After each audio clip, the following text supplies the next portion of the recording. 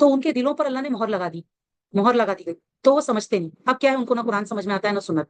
اور جب آپ انہیں دیکھیں تو آپ کو ان کے جسم اچھے لگتے ہیں، بڑے اچھے کپڑے پہنیں گے، بڑی اچھی باتیں کریں گے، اور اگر وہ کوئی بات کہیں تو آپ ان کی بات پر کان لگائیں، گویا کہ وہ ٹیک لگائی ہوئی لکڑیاں ہوں. اور اور وہ ہر اونچی آواز کو اپنے خلاف سمجھتے ہیں. اب یہ جو اتنا اچھا ڈریسنگ کرنے والے، اتنی اچھی باتیں کرنے والے، جب اللہ کچھ آیتیں اتارتا ہے نا، یا مسلمان جب بات کرتے ہیں تو ان کو کیا لگتا ہے، یہ آیت ہمارے خلاف اتری. ڈرتے ہیں نا، کیونکہ ان کے دل میں کھوٹ ہے، ان کو ڈر لگتا ہے کہیں اللہ تعالیٰ کھول نہ دے ان کی اصلیت. تو اللہ بتاتے ہیں وہی اصل دشمن ہے، یہ جو منافق ہے اصل دشمن ہے. لہٰذا آپ ان سے بچیں، الرٹ رہیں ایسے لوگوں سے جو مسلمان کا چولا پہن کے اصل میں مسلمان کے دشمن. اللہ انہیں ہلاک کرے، وہ کہاں پھیرے جاتے ہیں. آپ دیکھیے، سبحان اللہ، اللہ نے تو ان کے دل پہ مہر لگا دی نا، اس لیے ان کو ان کا نفع نقصان سمجھ ہی نہیں ہوتا ہے. اور جب ان سے کہا جائے آؤ رسول اللہ تمہارے لیے استغفار کرے، تو وہ کیا کہتے ہیں، اپنے سر پھیر لیتے ہیں، نہیں چاہیے ان کو. اور آپ انہیں دیکھتے ہیں کہ وہ تکبر کرتے ہوئے رک جاتے ہیں، نہیں آتے دین اسلام کی طرف، نہیں آتے قرآن اور سنت کی طرف. ان کے حق میں برابر ہے کہ آپ ان کے لیے استغفار کریں یا ان کے لیے استغفار نہ کریں. کیونکہ نبی صلی اللہ علیہ وسلم نے کہا تھا کہ وہ جو عبداللہ بن ابی تھا، وہ منافقوں کا سردار، آپ صلی اللہ علیہ وسلم اس کی نماز جنازہ پڑھنے والے تھے، اس کے لیے بخشش مانگنے والے تھے. اللہ نے روک دیا نماز جنازہ پڑھنے سے بھی اور استغفار کرنے سے. اللہ نے کہا تو آپ استغفار کریں یا نہ کریں برابر ہے، اللہ انہیں ہرگز نہیں بخشے گا. بے شک اللہ نافرمان کو ہدایت نہیں ہوتا، کیونکہ منافق جو ہے جہنم کے سب سے نچلے گڑھے میں رہے گا.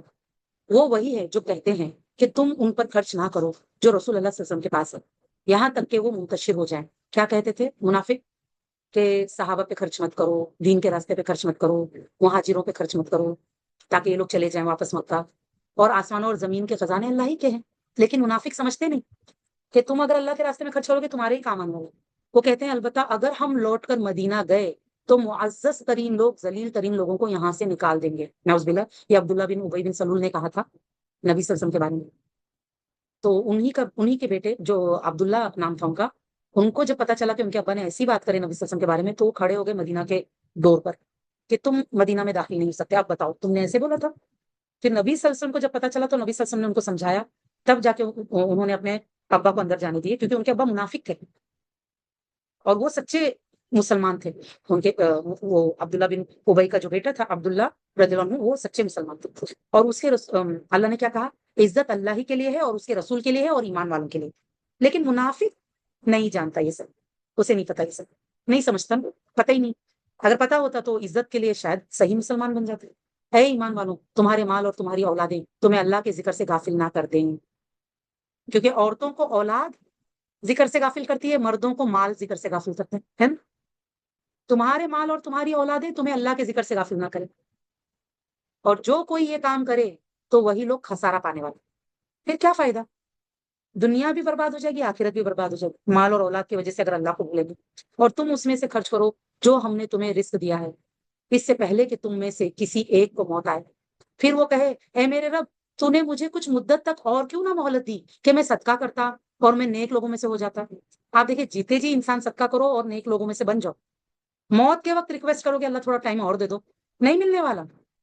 یہ مال کیوں کمایا ہے، اس سے جنت کماؤ نا. اولاد جو پیدا ہوئی ہے ان کی اچھی تربیت کرو تاکہ وہ ہمارے لیے دعائیں مغفرت کرے، ورنہ سب ویسٹ ہو جائے گا. اور اللہ کسی کو ہرگز مہلت نہ دے گا جب اس کی اجل آ جائے گی. موت آئے گی نا، پھر اللہ موقع نہیں دے گا نہ صدقہ کا نہ نیکی کرنے کا. اس لیے اس سے پہلے کرو، اور اللہ اس سے خوب باخبر ہے جو تم عمل کرتے ہو. سورہ تغابن، اس کا مطلب ہے ہار اور جیت. دیکھ کون جیتے گا کون ہارے گا پتا چلے گا. ٹھیک ہے، سورہ تغابن. اللہ کے نام سے شروع جو نہایت مہربان بہت رحم کرنے والا ہے. اللہ کی تسبیح کرتی ہے جو چیز آسمانوں میں اور جو زمین میں، اسی کے لیے بادشاہی ہے اور اسی کے لیے ہر قسم کی حمد ہے، اور وہ ہر چیز پر خوب قادر ہے. وہی ہے جس نے تمہیں پیدا کیا، پھر تم میں سے کوئی کافر ہے اور کوئی مومن، اور تم جو عمل کرتے ہو اللہ تعالیٰ اسے خوب دیکھنے والا ہے. اس نے آسمانوں اور زمین کو حق کے ساتھ پیدا کیا ہے، یعنی با مقصد. اس کا مطلب ہمیں بھی مقصد سے پیدا کیا، اور تمہیں صورت دی تو تمہاری صورتیں بہت اچھی بنائیں. آج شکر کرو آئینے میں دیکھ کر، اور دعا پڑھو سنت سے ثابت کہ اللہ تعالیٰ تو نے جس طرح سے میری صورت اچھی بنائی ہے، اللہ میرے اخلاق بھی اچھے بنا دے. اور اسی کی طرف لوٹ کر جانا ہے. وہ جانتا ہے جو کچھ آسمانوں اور زمین میں ہے، اور وہ جانتا ہے جو کچھ تم چھپاتے ہو اور ظاہر کرتے ہو، اور اللہ تعالیٰ سینوں کے راز خوب جانتا ہے. تو آپ دیکھیں جب انسان کے اندر اللہ کا ڈر آ جائے گا نا کہ اللہ جانتا ہے اور وہ حساب لینے والا، انسان کو پھر کسی CCTV کی ضرورت نہیں۔ کیا تمہارے پاس ان لوگوں کی خبر نہیں آئی جنہوں نے اس سے پہلے کفر کیا، پھر انہوں نے اپنے معاملے کا وبال چکھا، یعنی اپنے عملوں کا وبال چکھا، اور ان کے لیے نہایت دردناک عذاب ہے۔ یہ اس لیے کہ بے شک ان کے رسول ان کے پاس کھلی نشانیاں لاتے تھے، تو انہوں نے کہا کیا بشر ہمیں راہ دکھائیں گے؟ پھر انہوں نے کفر کیا اور حق سے منہ موڑا، اور اللہ نے ان سے بے پرواہی کی، اور اللہ بے پرواہ بہت قابل تعریف ہے۔ اللہ کو پرواہی نہیں تھی، اللہ نے ان پہ عذاب بھیج دیا، ان کو کوڑا کرکٹ بنا کے ان کو نصیحت بنا دیا، لوگوں کے لیے عبرت بنا دیا۔ کافروں نے دعویٰ کیا کہ وہ قبروں سے ہرگز نہیں اٹھائے جائیں گے۔ اے نبی صلی اللہ علیہ وسلم کہہ دیجئے کیوں نہیں، میرے رب کی قسم تمہیں ضرور اٹھایا جائے گا، پھر تمہیں ضرور جتائے جائیں گے جو تم عمل کرتے تھے، یعنی تمہیں بتایا جائے گا کہ تم کیا کیا کر کے لائے ہو، اور یہ اللہ پر بالکل آسان ہے، حساب لیا جائے گا یعنی، اور اللہ کے لیے آسان ہے۔ چنانچہ تم اللہ اور اس کے رسول اور اس نور پر ایمان لاؤ جو ہم نے نازل کیا ہے، یعنی قرآن۔ اللہ پر ایمان لاؤ، رسول پر ایمان لاؤ، اور نور پر ایمان لاؤ یعنی قرآن پر۔ اوکے، اور ہمارے ادارے کا نام علم نور اسی لیے ہے کہ قرآن کے ذریعے سے جب ہم قرآن سمجھیں گے، جب ہم دین کو سمجھیں گے قرآن اور سنت کی روشنی میں، تب ہم روشنی میں آئیں گے نا۔ نور پر ایمان لاؤ، قرآن پر جو اللہ نے نازل کیا، اور اللہ اس سے خوب باخبر ہے جو تم عمل کرتے ہو۔ جس دن وہ تمہیں جمع ہونے کے دن اکٹھا کرے گا، وہی ہار جیت کا دن، وہ تغابن کا دن ہے۔ اس دن ایمان والے جیتیں گے، کافر ہاریں گے۔ ہار جیت کا دن ہے اس دن۔ آج جتنے جھگڑے ہمارے چل رہے ہیں نا، اس دن پتہ چلے گا کون جیتا کون ہارا۔ اور جو کوئی اللہ پر ایمان لائے اور نیک عمل کرے تو اللہ اس سے اس کی برائیاں مٹا دے گا۔ اگر ہم چاہتے ہیں کہ ہمارے گناہ مٹا دیے جائیں ہمارے نامہ عمل سے، ہمیں کیا کرنا ہوگا؟ اگر ہم چاہتے ہیں ہم جیتے ہیں، ایمان لا کے نیک عمل کرنا ہوگا، اور اسے ان جنتوں میں داخل کرے گا جن کے نیچے نہریں بہتی ہے، وہ ان میں ہمیشہ رہیں گے ابد سے ابد تک۔ یہی عظیم کامیابی ہے۔ اور جن لوگوں نے کفر کیا اور ہماری آیات کو جھٹلائیں، وہ دوزخ والے ہیں اور وہ اس میں ہمیشہ رہیں گے، اور وہ بڑا برا ٹھکانہ ہے۔ جو مصیبت بھی آتی ہے وہ اللہ ہی کے حکم سے آتی ہے، اور جو کوئی اللہ پر ایمان لائے تو وہ اس کے دل کو ہدایت دیتا ہے۔ اب آپ دیکھیں، مصیبت میں بھی اگر ہمیں چاہیے نا کہ ہم صحیح راستے پہ رہیں، تو ہم نے اللہ پر بھروسہ رکھنا ہے، ایمان لا کر کہ میرا رب کبھی میرے ساتھ برا نہیں کرے گا۔ اگر یہ مشکل بھی آئی ہے نا تو اس میں کچھ خیر چکی ہے میرے لیے۔ جو مصیبت بھی آتی ہے وہ اللہ ہی کے حکم سے آتی ہے، اور جو کوئی اللہ پر ایمان لائے تو وہ اس کے دل کو ہدایت دیتا ہے کہ اس مشکل میں کرنا کیا ہے، اور اللہ ہر چیز کو خوب جاننے والا ہے۔ اور تم اللہ تعالیٰ کی اطاعت کرو اور رسول صلی اللہ علیہ وسلم کی اطاعت کرو، پھر اگر تم حق سے منہ موڑو، یعنی ہر حال میں ہم کو خوشی اور غم میں کیا کرنا ہے؟ اللہ رسول کی اطاعت۔ اگر ہم حق سے منہ موڑیں گے تو کیا ہوگا؟ تو تمہارے رسول کا کام بس کھول کر پہنچا دینا ہے۔ اللہ وہ ہے کہ اس کے سوا کوئی معبود برحق نہیں ہے، بس لازم ہے کہ مومن اللہ ہی پر توکل کرو، ہر حال میں اللہ پہ بھروسہ۔ ہے ایمان والوں، بے شک تمہاری بیویوں اور تمہاری اولاد میں سے بعض تمہارے دشمن ہیں، لہٰذا تم ان سے محتاط رہو، اور اگر تم معاف کر دو اور درگزر کرو اور بخش دو تو بے شک اللہ تعالیٰ خوب بخشنے والا، بہت رحم کرنے والا۔ آپ دیکھیے ایمان والوں کو اللہ نے کیا کہا؟ تمہاری بیویاں اور تمہاری اولاد میں سے بعض، ہر کوئی نہیں، ہاں، بعض تمہارے دشمن ہیں۔ کون ہے دشمن؟ جو بیوی اپنے شوہر کو روکے نیکی کرنے سے اور برائی کا اسے حکم دے، جو اولاد انسان کو نیکیوں سے روکے اور برائی کرنے پہ مجبور کر، تو دشمن ہے۔ دیکھو مجبور کوئی بھی نہیں، انسان خود سے خود وہ مجبوری مول لیتا ہے اور اپنے آپ کو مجبور سمجھتا ہے۔ مجبور کوئی نہیں، اللہ نے کسی کو مجبور نہیں بنایا۔ اللہ نے سب کو آزاد بنایا ہے تاکہ وہ اپنے صحیح غلط کے فیصلے کرے، اور اپنی بھی آخرت سوارے، اپنی بیوی بچوں کی بھی آخرت سوارے۔ لیکن ایسے بیوی اور اولاد جو اللہ کے راستے سے روکے اپنے شوہر کو، یا ایسا شوہر اور ایسی اولاد جو ہمیں نیکی کے راستے سے روکے، فرض سے روکے، حرام سے بچنے سے روکے، حلال کو کرنے سے روکے، تو وہ دشمن ہے۔ پھر لہٰذا تم ان سے محتاط رہو، الرٹ رہو، کہیں ان کی وجہ سے ہماری آخرت خراب نہ ہو جائے۔ اور اگر تم معاف کرو، اب کیا کرنا ہے؟ اس کا مطلب یہ نہیں ہے کہ اب ان کے ساتھ دشمنی کرنا شروع کرنا ہے، نہیں، معاف کرنا ہے، ان کو سمجھا کے لے کے چلنا ہے، ان سے درگزر کرنا ہے، اور بخش دو، ان کو معاف کرو، forgive forget کرو، درگزر کرو، ان کو اچھی چیزوں کا حکم دو، خود کے لیے بھی معافی مانگو، ان کے لیے بھی معافی مانگو، بے شک اللہ تعالیٰ خوب بخشنے والا، بہت رحم کرنے والا۔ دیکھیے ہم لوگوں کو معاف کریں گے تو اللہ ہمیں معاف کرے، لیکن ان کی باتوں میں نہیں آنا ہے، بس یہ الرٹ رہو اگر وہ نافرمانی کا حکم دے تو۔ بلا شبہ تمہارے مال اور تمہاری اولاد فتنہ، آزمائش، اور اللہ ہی کے پاس اجر عظیم۔ چنانچہ جہاں تک تمہاری استطاعت ہو تم اللہ سے ڈرو اور سنو اور اطاعت کرو، غور سے سنو، یعنی قرآن اور سنت کا علم حاصل کر کے اس کو فالو کرو، یہ ہوتا ہے سننا. اوکے. اور خرچ کرو اللہ کے راستے میں، یہ تمہاری ذات کے لیے بہتر ہے. دیکھیے بیوی بچوں پہ بھی خرچ کرنا ہے، اللہ کے راستے میں بھی خرچ کرنا ہے، حقداروں پہ بھی خرچ کرنا ہے، زکات بھی دینا ہے، صدقات بھی دینا ہے. ٹھیک ہے، یہ ہمارے لیے بہتر ہے. اور جسے اپنے نفس کی لالچ سے بچا لیا گیا وہی لوگ کامیاب ہونے والے ہیں. کیا ہوتا ہے نا، ہم کیوں اپنا وقت، اپنی صلاحیتیں، اپنا علم یا جو مال اللہ نے دیا ہے، روزی روٹی، کیوں اللہ کے راستے میں نہیں لگاتے ہیں؟ شوہ نفسی کی وجہ سے، کنجوسی کی وجہ سے. ہم کو اپنے آپ کو بچا بچا کے نہیں رکھنا ہے، اور اپنی نعمتیں بچا بچا کے نہیں رکھنا ہے، نہ اپنے آپ کو نہ اپنے مال کو بچا بچا کے نہیں رکھنا ہے، بلکہ اللہ کے راستے میں خرچ کرنا ہے. تب وہ یوز ہوتا ہے، ورنہ لوز کر بیٹھو گے، کھو بیٹھو گے. اگر تم اللہ کو قرض دو، قرض حسنہ، تو وہ اسے تمہارے لیے بڑھا دے گا اور تمہیں بخش دے گا. اور اللہ بڑا قدردان، بہت حلم والا ہے. آپ دیکھیے، اگر ہم چاہتے ہیں ہماری بخشش ہو تو ہمیں اللہ کے راستے میں خرچ کرنا ہوگا، اللہ کے دین کو، اللہ کے کلمے کو بلند کرنے کے لیے، دین کو آگے بڑھانے کے لیے. وہ غیب اور ظاہر کا علم رکھنے والا ہے، زبردست خوب حکمت والا ہے، اسے پتا ہے نا، وہ دے گا نا اجر انشاءاللہ. تو کیا ٹینشن. بسم اللہ الرحمن الرحیم. اللہ سبحانہ تعالیٰ نے فرمایا، جس کا مفہوم یہ ہے کہ اے نبی صلی اللہ علیہ وسلم، جب تم عورتوں کو طلاق دینے لگو تو انہیں ان کی عدت کے آغاز وقت میں طلاق دو. اوکے. تو یہاں پر آپ دیکھیے، طلاق جو دیا جاتا ہے نا، اس کے بارے میں مطلب یہ چیز آتی ہے کہ اس میں اگر عورت حیض کی حالت میں ہے تو اس حالت میں اسے طلاق نہیں دینا چاہیے. اوکے. جب اس کا حیض کمپلیٹ ہو جاتا ہے اور وہ پاک ہو جاتی ہے، اس کے بعد میں پاکی کی حالت میں طلاق دیا جاتا ہے. یہ کس کے لیے ہے؟ جو ارادہ کر لے پکا کے طلاق دینا ہی. اوکے.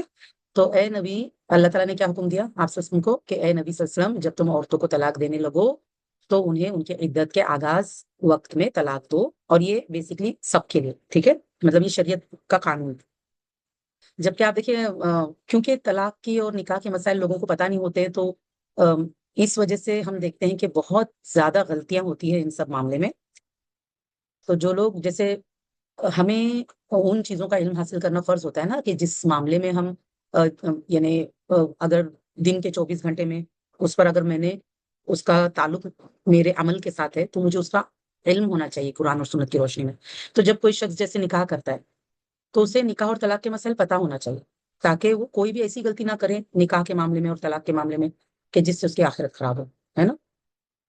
تو اب آپ دیکھیے یہاں پہ اللہ تعالیٰ نے کیا بتایا ہے کہ طلاق جو دیے جاتے ہیں وہ پاکی کی حالت میں دی جاتی ہے، یعنی حیض کے ختم ہونے کے بعد میں. حیض کی حالت میں طلاق نہیں دیتے ہیں. ہاں، اگر کوئی حیض کی حالت میں طلاق دیتا ہے، طلاق تو کاؤنٹ ہو جائے گی، لیکن وہ طریقہ صحیح نہیں ہے. شریعت میں ایسا نہیں ہے. شریعت میں تو یہ ہے جو اللہ نے بتایا. اور عدت گنتے رہو. آپ دیکھیں عدت گننا ضروری ہے، کیونکہ طلاق کی جو عدت ہے، جیسے پہلی طلاق ہوگی، دوسری، تیسری، تو اس میں عدت کی جو گنتی ہے، پہلی جو 2 طلاق ہوتی ہے وہ طلاق رجعی ہوتی ہے، جس میں اگر شوہر عدت کے اندر ہی اپنی بیوی کو واپس لے لیتا ہے تو وہ بیوی اسی کی ہے. اور اگر تیسری طلاق ہو جاتی ہے تو اس کے بعد میں وہ اپنی بیوی کو واپس نہیں لے سکتا. اوکے. پھر بھی عورت کو تو عدت گزارنی ہے. وہ عدت 3 حیض ہے، ٹھیک ہے، یعنی کہ پہلی حیض آئے گی، دوسری حیض آئے گی، تیسری حیض آئے گی، ایسے 3 حیض جو ہے یہ عدت ہے. اسی لیے آپ دیکھیں اللہ تعالیٰ نے کیا کہا کہ اگر تم طلاق دے رہے ہو تو ان کی عدت کے آغاز وقت میں طلاق دو. مطلب جب وہ حیض کے بعد میں پاک ہوتے ہیں تب طلاق دو، تاکہ پھر 3 مہینے 3 حیض کی کاؤنٹنگ برابر ہوتی ہے. اور عدت گنتے رہو، یہ بھی ضروری ہے کہ ایسا نہیں ہے. اور آپ دیکھیے پہلی جو 2 طلاق ہوگی اس میں جو بیوی ہے اپنے شوہر کے ساتھ ہی رہے گی، شوہر کے گھر میں.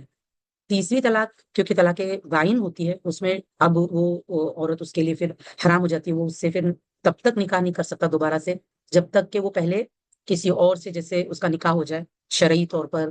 اور اس کے بعد میں اگر وہ بیوہ ہو جاتی ہے یا اس کے بعد میں اس شوہر کے ساتھ اس کا نہیں جمتا اور اس وجہ سے کسی وجہ سے اس کا شوہر اسے طلاق دے دیتا ہے، تب جا کے جو پہلا شوہر ہے اگر وہ نکاح کرنا چاہتا ہے تب وہ کر سکتا ہے، ورنہ نہیں کر سکتا. ٹھیک ہے. لیکن حلالہ حرام. حلالہ کیا ہوتا ہے کہ جس میں کوئی شخص غصے کی حالت میں جوش میں آ کر ایک ہی بار 3 طلاق بول دیتا ہے اور پھر بعد میں جب غصہ ٹھنڈا ہوتا ہے تو کہتا ہے مجھے تو میری بیوی واپس چاہیے، جبکہ طلاق بائن، اوکے، اس نے دے دیا، 3 طلاق ہو گئی اور اس کے بعد میں طلاق بائن ہو گیا اور پھر وہ کہہ رہا ہے کہ مجھے اپنی بیوی چاہیے.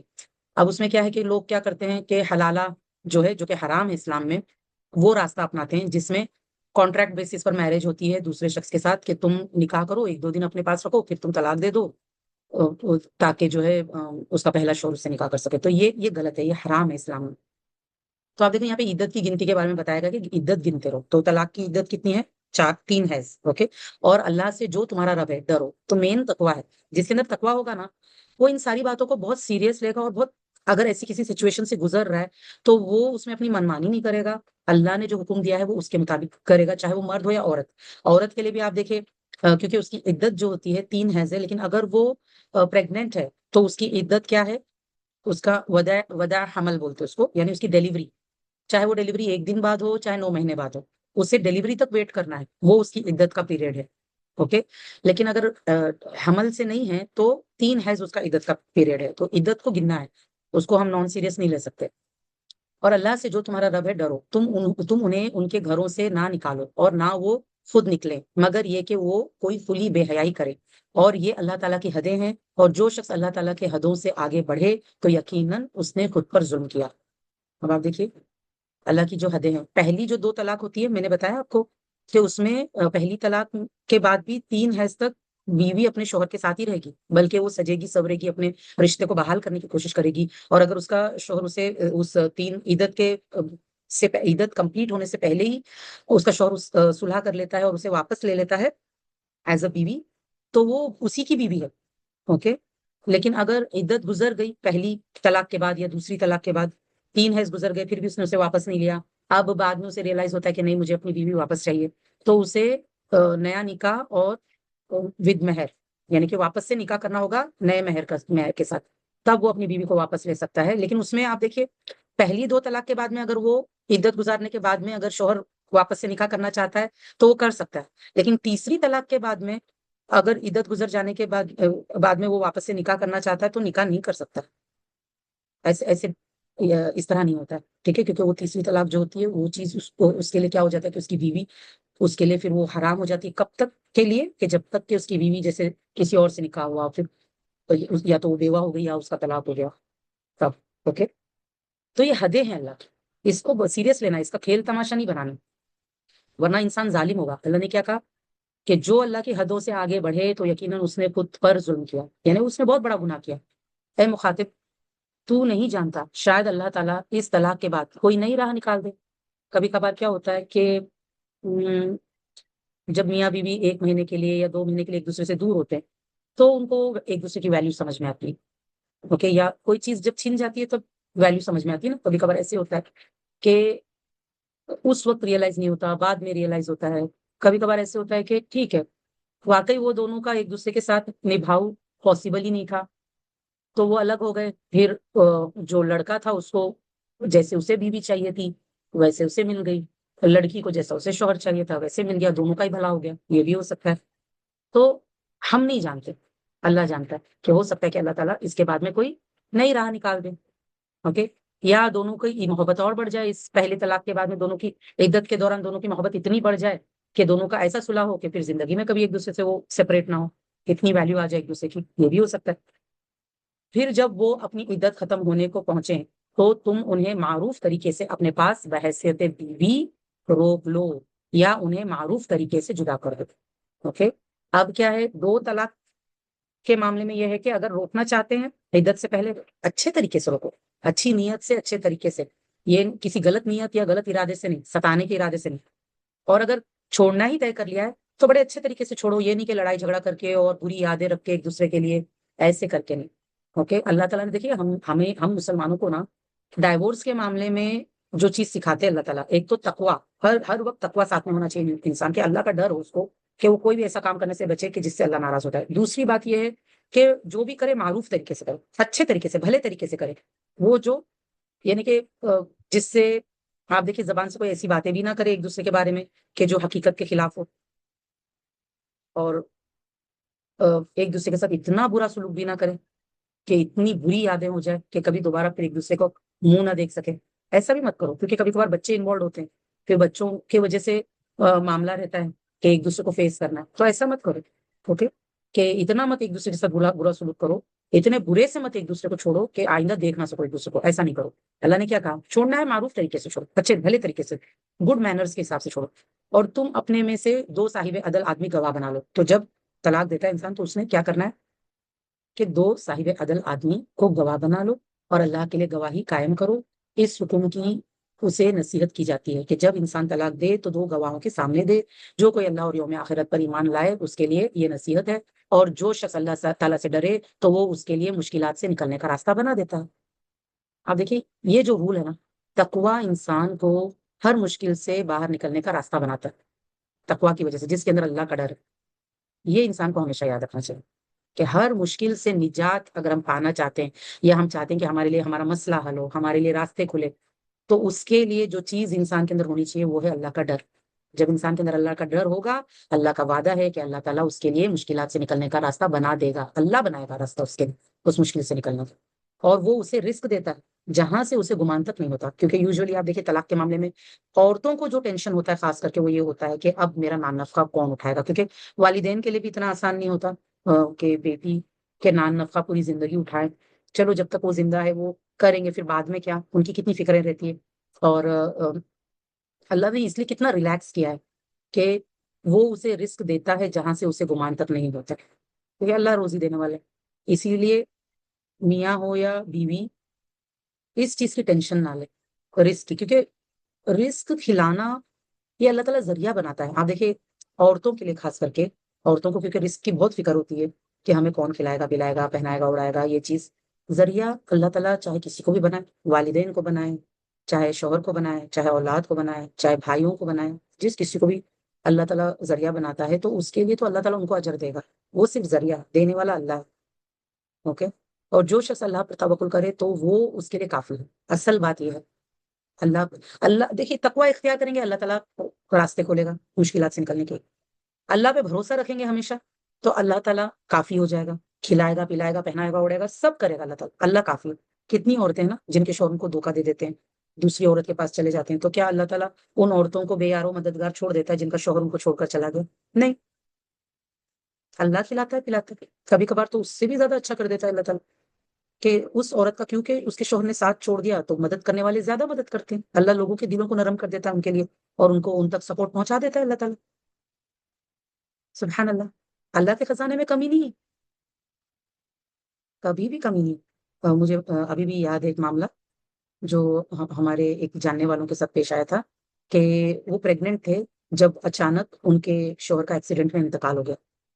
آلریڈی 2 بچیاں تھیں ان کی، 3rd بچہ ہونے والا تھا، اور ینگ کپل ایک دم چھوٹی چھوٹی بچیاں. اور ان کے شوہر کا جب اچانک اس طرح سے ایکسیڈنٹ میں انتقال ہوا، اس کے بعد میں دیکھیے بے شک شوہر کی جگہ کوئی نہیں لے سکتا، اس میں تو کوئی ڈاؤٹ نہیں ہے، اور اللہ تعالیٰ ان کی مغفرت فرمائے، آمین یا رب. لیکن اس کے بعد میں جس طرح کی مدد اس خاتون کو آنے لگی، اس سے پہلے اس طرح کی مدد یعنی کہ شوہر سٹرگل کر رہے ہیں کمانے کے لیے، کسی طرح کما رہے ہیں، اور وہ خود جاب کر رہی ہیں، کسی طرح کما رہی ہیں، کسی طرح مطلب سٹرگل کی زندگی چل رہی تھی. سبحان اللہ. اللہ تعالیٰ نے شوہر کو، وہ بھی وہ سبحان اللہ یعنی کہ ماں کی خدمت کرنے والے نیک بیٹے تھے وہ. سبحان اللہ. شوہر کے انتقال کے بعد میں ان کی بیوی کو اتنا سپورٹ ملا، اتنا ہیلپ ملا کہ جو ان کے جیتے جی اتنا ان کے پاس پیسہ نہیں تھا، بعد میں اتنا پیسہ ان کے پاس آیا. سبحان اللہ. ہوتا ہے اللہ تعالیٰ. دیکھیے رزق دینے والا اللہ تعالیٰ. اللہ تعالیٰ سب کے شوہروں کا سایہ ان کے سر پر سلامت رکھے، آمین یا رب. اور ہم اور آپ کو ایک جیسے میرے لیے تو وہ ایک نصیحت ہی تھی کہ ایک تو ہمیں نہیں پتا کہ کون کب کس کا ساتھ چھوڑ جائے. صرف اللہ ہی ایسا ہے کہ جو کبھی ساتھ نہیں چھوڑتا، نہ دنیا میں نہ آخرت میں، اگر ہم نے اس کا مضبوط کڑا تھاما. دوسرا یہ کہ جو لوگ زندہ ہیں نا، ہم ان کو ہیلپ کرنے کے معاملے میں بہت سوچتے ہیں. دنیا سے جانے کے بعد میں ہمارے دل نرم ہو جاتے ہیں اور پھر ہم ہیلپ کرتے ہیں. جبکہ جب وہ ایک شخص کوئی زندہ ہوتا ہے، اس کو مدد کی ضرورت ہوتی ہے، تب لوگ اتنا اس کو مدد نہیں کرتے آگے آتے. مطلب یہ بھی مجھے بہت مطلب وہ چیز فیل ہو رہی تھی کہ وہ بیچارے جب زندہ تھے اور ان کو جب سپورٹ کی ضرورت تھی، وہ کسی طرح محنت کر رہے تھے، لیکن کسی کے سامنے ہاتھ نہیں پھیلاتے تھے، لیکن اپنا محنت کر رہے تھے. لیکن ایسے لوگوں کو بہت کم لوگ سپورٹ کرتے. جب دنیا سے چلے گئے، ارے اتنا اچھا آدمی تھا، اس کی بیوی بچوں کو سپورٹ کرنا چاہیے، تو بیوی بچوں کو سب لوگ سپورٹ کریں.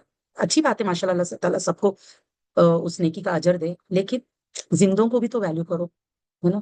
لوگوں کے جانے کے بعد میں ان کی ویلیو آتی ہے، زندوں کو بھی ویلیو کرو. پتہ نہیں کون کب چلا جائے. کم سے کم ہماری اچھی یادیں رہیں گی، کم سے کم پچھتاوا نہیں رہے گا دنیا سے. ہم بھی جا سکتے پہلے، کوئی اور بھی جا سکتا ہے، کم سے کم یہ پچھتاوا نہیں رہے گا کہ جب وہ تھے ہم نے ان کے لیے کچھ نہیں کیا.